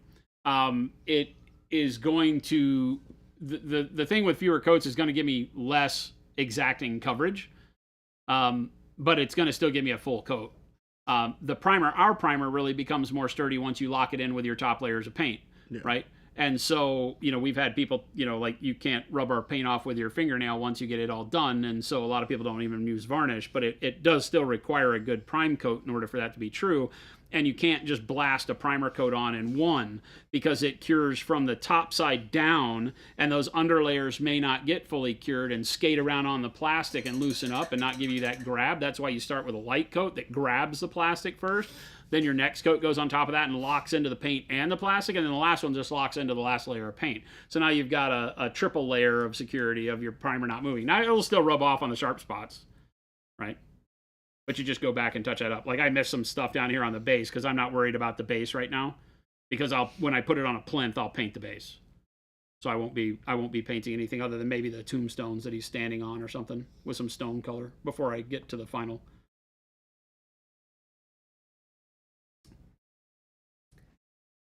Yes, the red side was a video tutorial. It was actually also a short. In fact, this was the model that I used for the short. Wizard's butt. This is where the first time that I talked about mixing gloss varnish into your transparents for making these kind of like candy coat finish on your models. And it works super good for creating this sort of effect.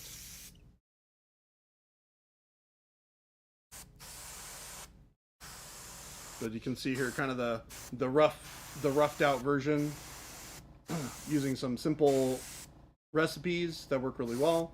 And then you can take it to kind of the next level where you really kind of polish it out and add a few more steps in.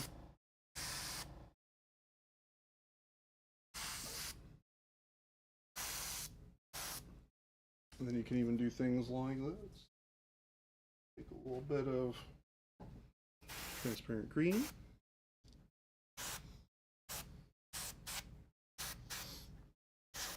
Touch transparent brown.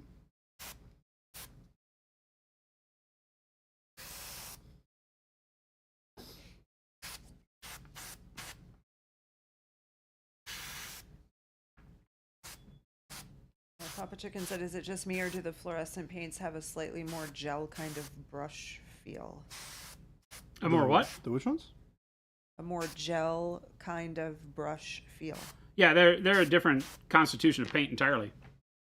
Fluorescents are more like a dye than a regular pigment, and so they are suspended a little bit differently. So they're going to feel a little bit differently. I don't know if I'd have chosen gel, but yeah, good. I can see that. Valley Slim said, what is something you wish you had on your glass palette? I'm making a wood desk organizer with a built-in glass palette. For example, a brush holder or built-in water well.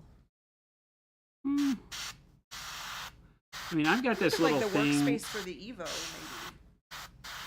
You know, where it does have a spot for a cup. Yeah, I've got a thing that has a little cup spot on it, and then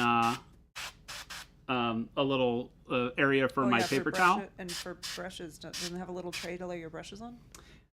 Supposedly. Kinda. I've got a little thing that holds my brushes. I don't use it. Don't use it. It just gathers dust. It gets dirty. But yeah, if you're making it Valley Slim, I mean, whatever you would want. I think a The cup world holder your is a great oyster. idea. Yeah, cup holder is cool.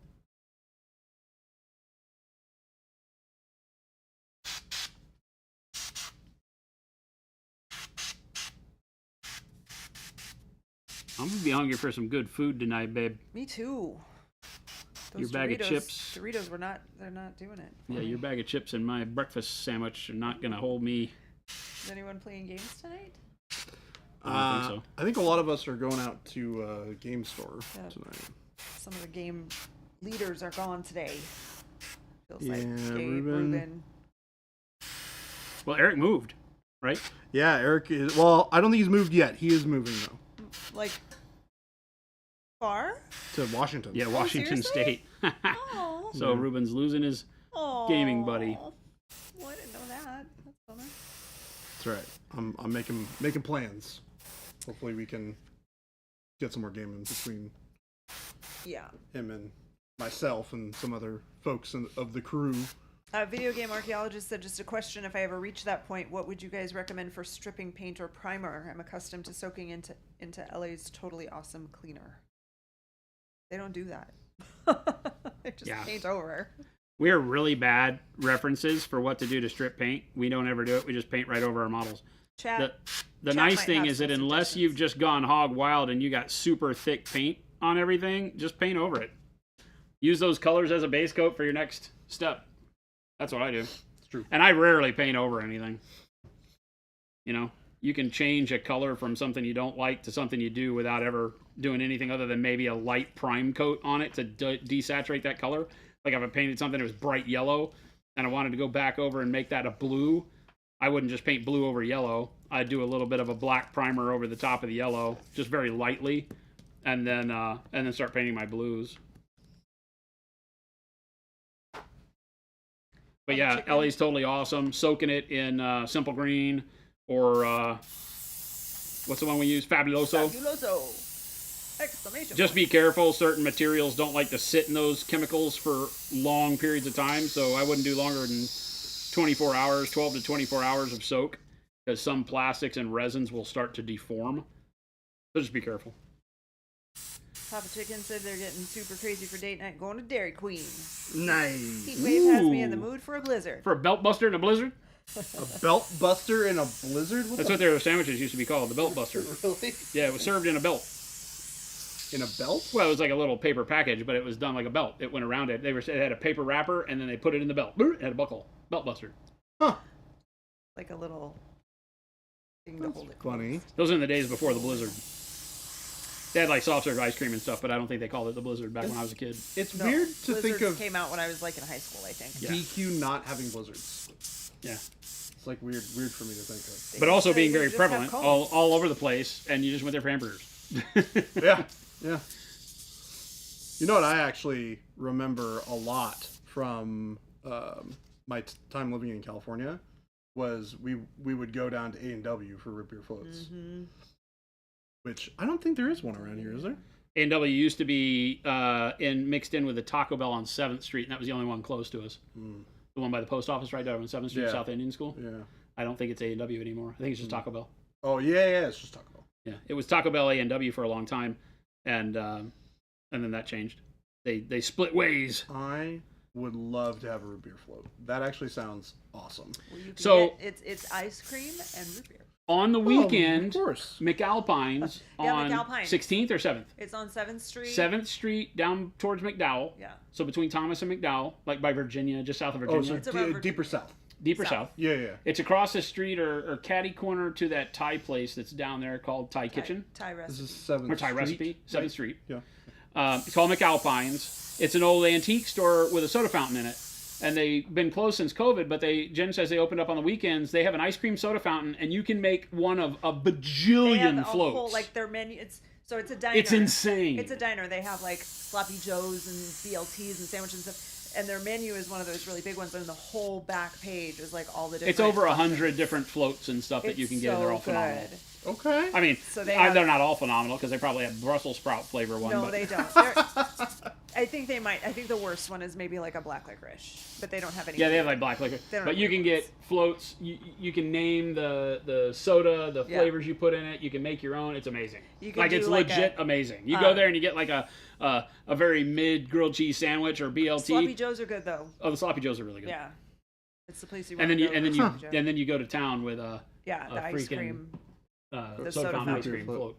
They're It's amazing. really really good.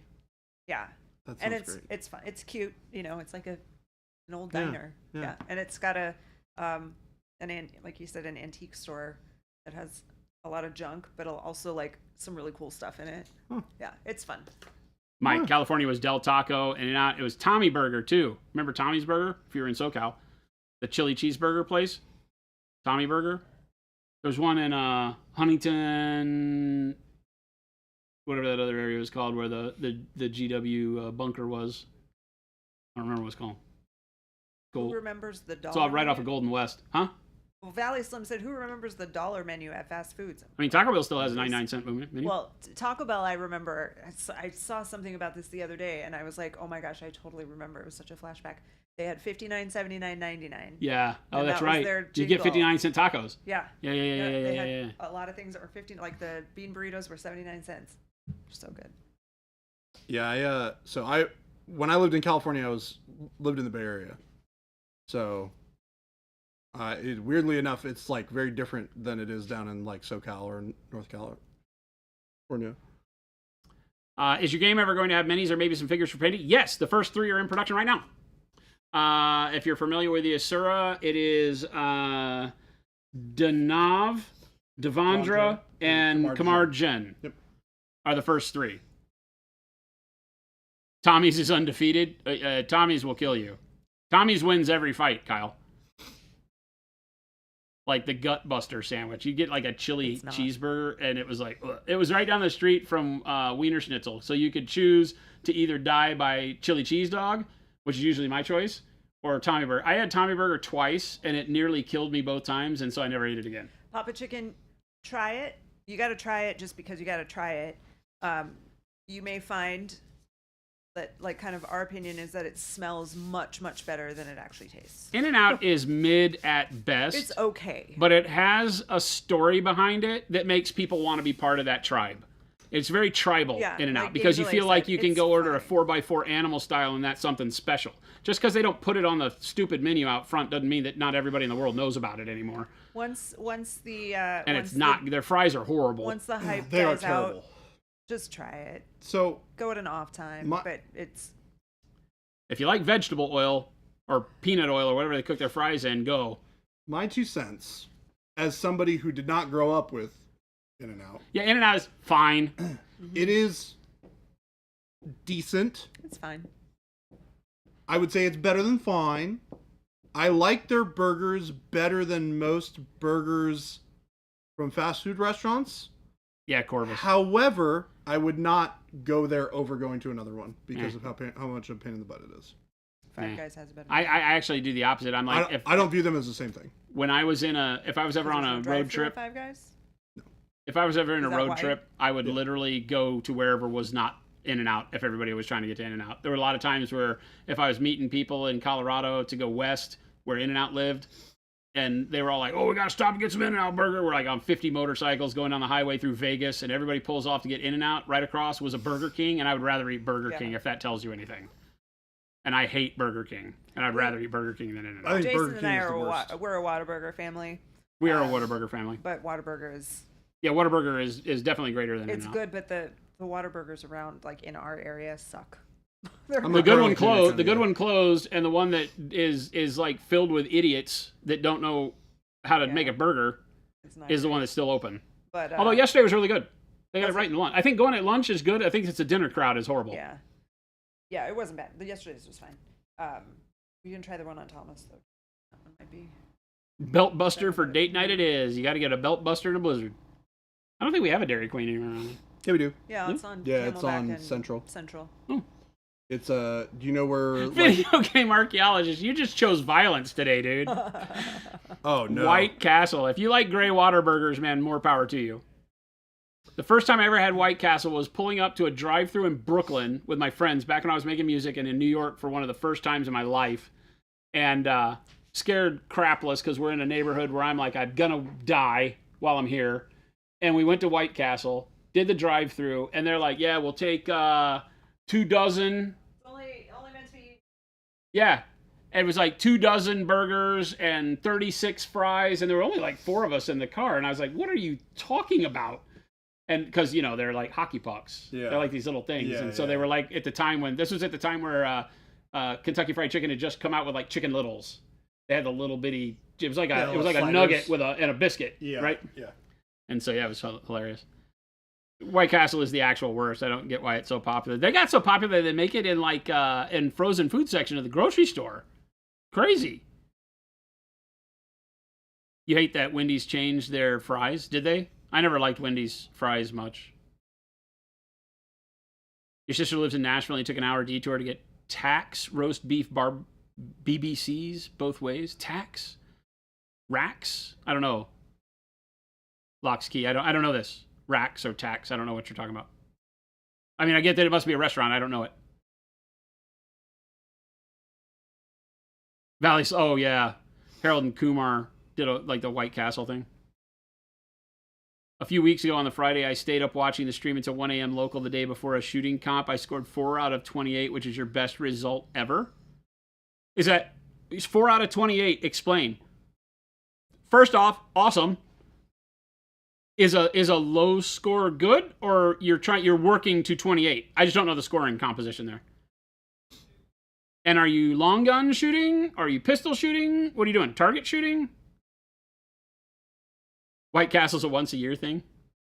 Oh, 4th out of 28. Okay, you scored 4 out of 28, which is your best result. If you're 4th place, it needed a TH. Yeah. For me to get that. Yeah. When you say you scored 4, I'm like, you got 4 points out of 28 possible? Yeah. It's Is like, it good to be Is it good to be the lowest number? Gotcha. 4th place rifle at 50 meters. Awesome. Nice. Awesome. Multiple targets or individual target groupings? Either way, awesome and congratulations. That's great. I'm a fairly decent long gun shooter, but I've never done any competitive shooting. I had a 100-meter range at my land in Colorado. Crystal is worse than White Castle somehow? Crystal? OSOB Paints, take it easy. Have a great weekend. Bye, OSOB. See, I grew up in Dallas, Texas, and my favorite burger growing up, and this could be for many reasons, was Brahms. Now, I have since, like Jen and I, when we were driving to maybe Adepticon one year, we stopped through Oklahoma and had Brahms, and it was meh. It changed a lot. It became more of a fast food joint. Brahms, when I remember it, was like you got true quarter-pound or half-pound burgers, and it was done like outdoor backyard grill style. And it wasn't served like fast food. Like, you had to wait a while for it. But they were an ice cream joint. Brahms was a dairy. And so they had their own cows, their own dairy, the whole nine. So you got fresh milk. My mom got milk there. The ice cream was superb. It was right down the street. So I figured it was always my favorite place because it was the first place I could tell my mom I wasn't eating whatever she was having for dinner. I was going to Brahms with my own money and my skateboard in hand. And I would skate a mile down the road, and I would go get a burger at Brahms and skate home and eat my burger in front of my mom to prove to her I was an independent kid, right?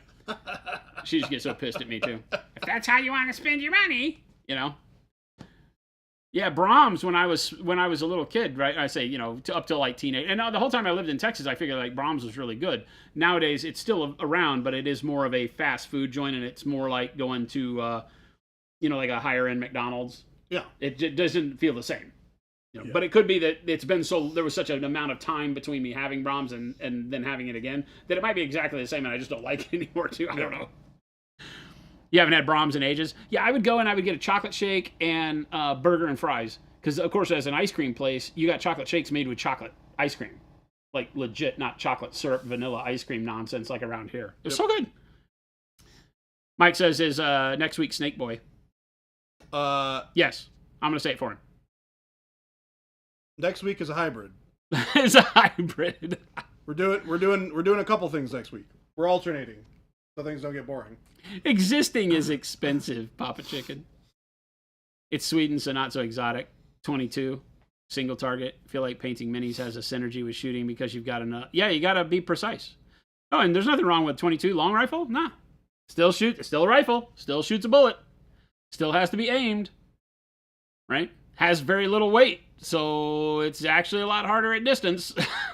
So, a lot of the target shooting comps that I've seen use like a 22 long rifle, right?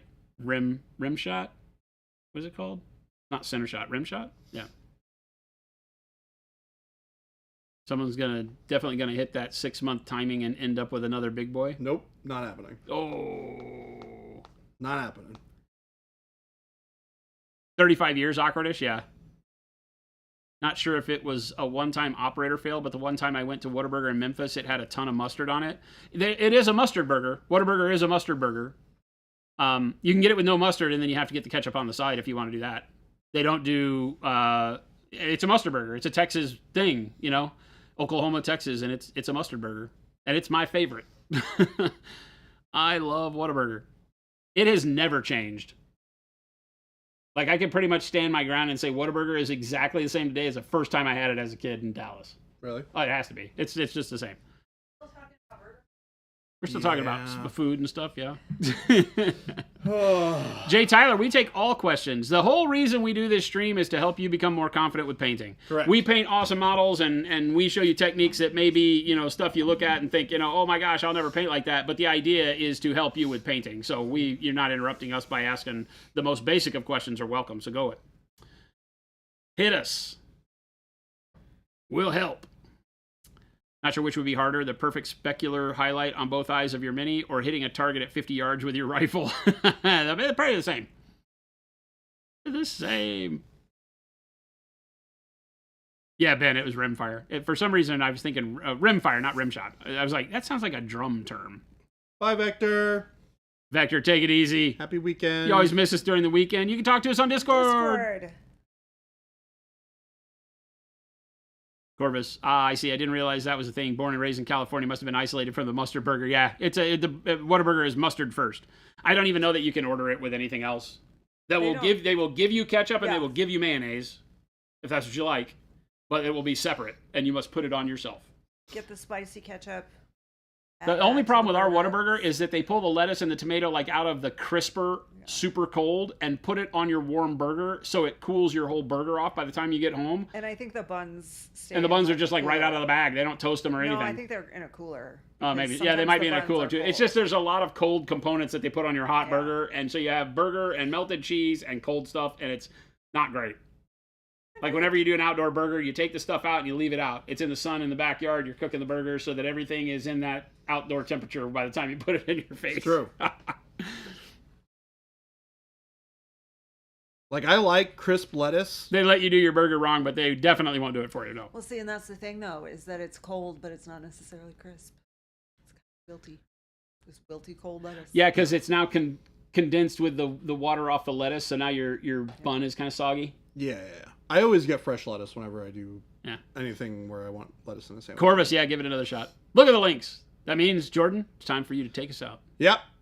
I gotta go get a but wait, we were going to get a question. Can you scroll back up? I don't think we ever got one. We got it, but...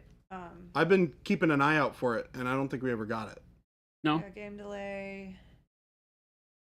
Agamaro. Just up above Papa Chicken there.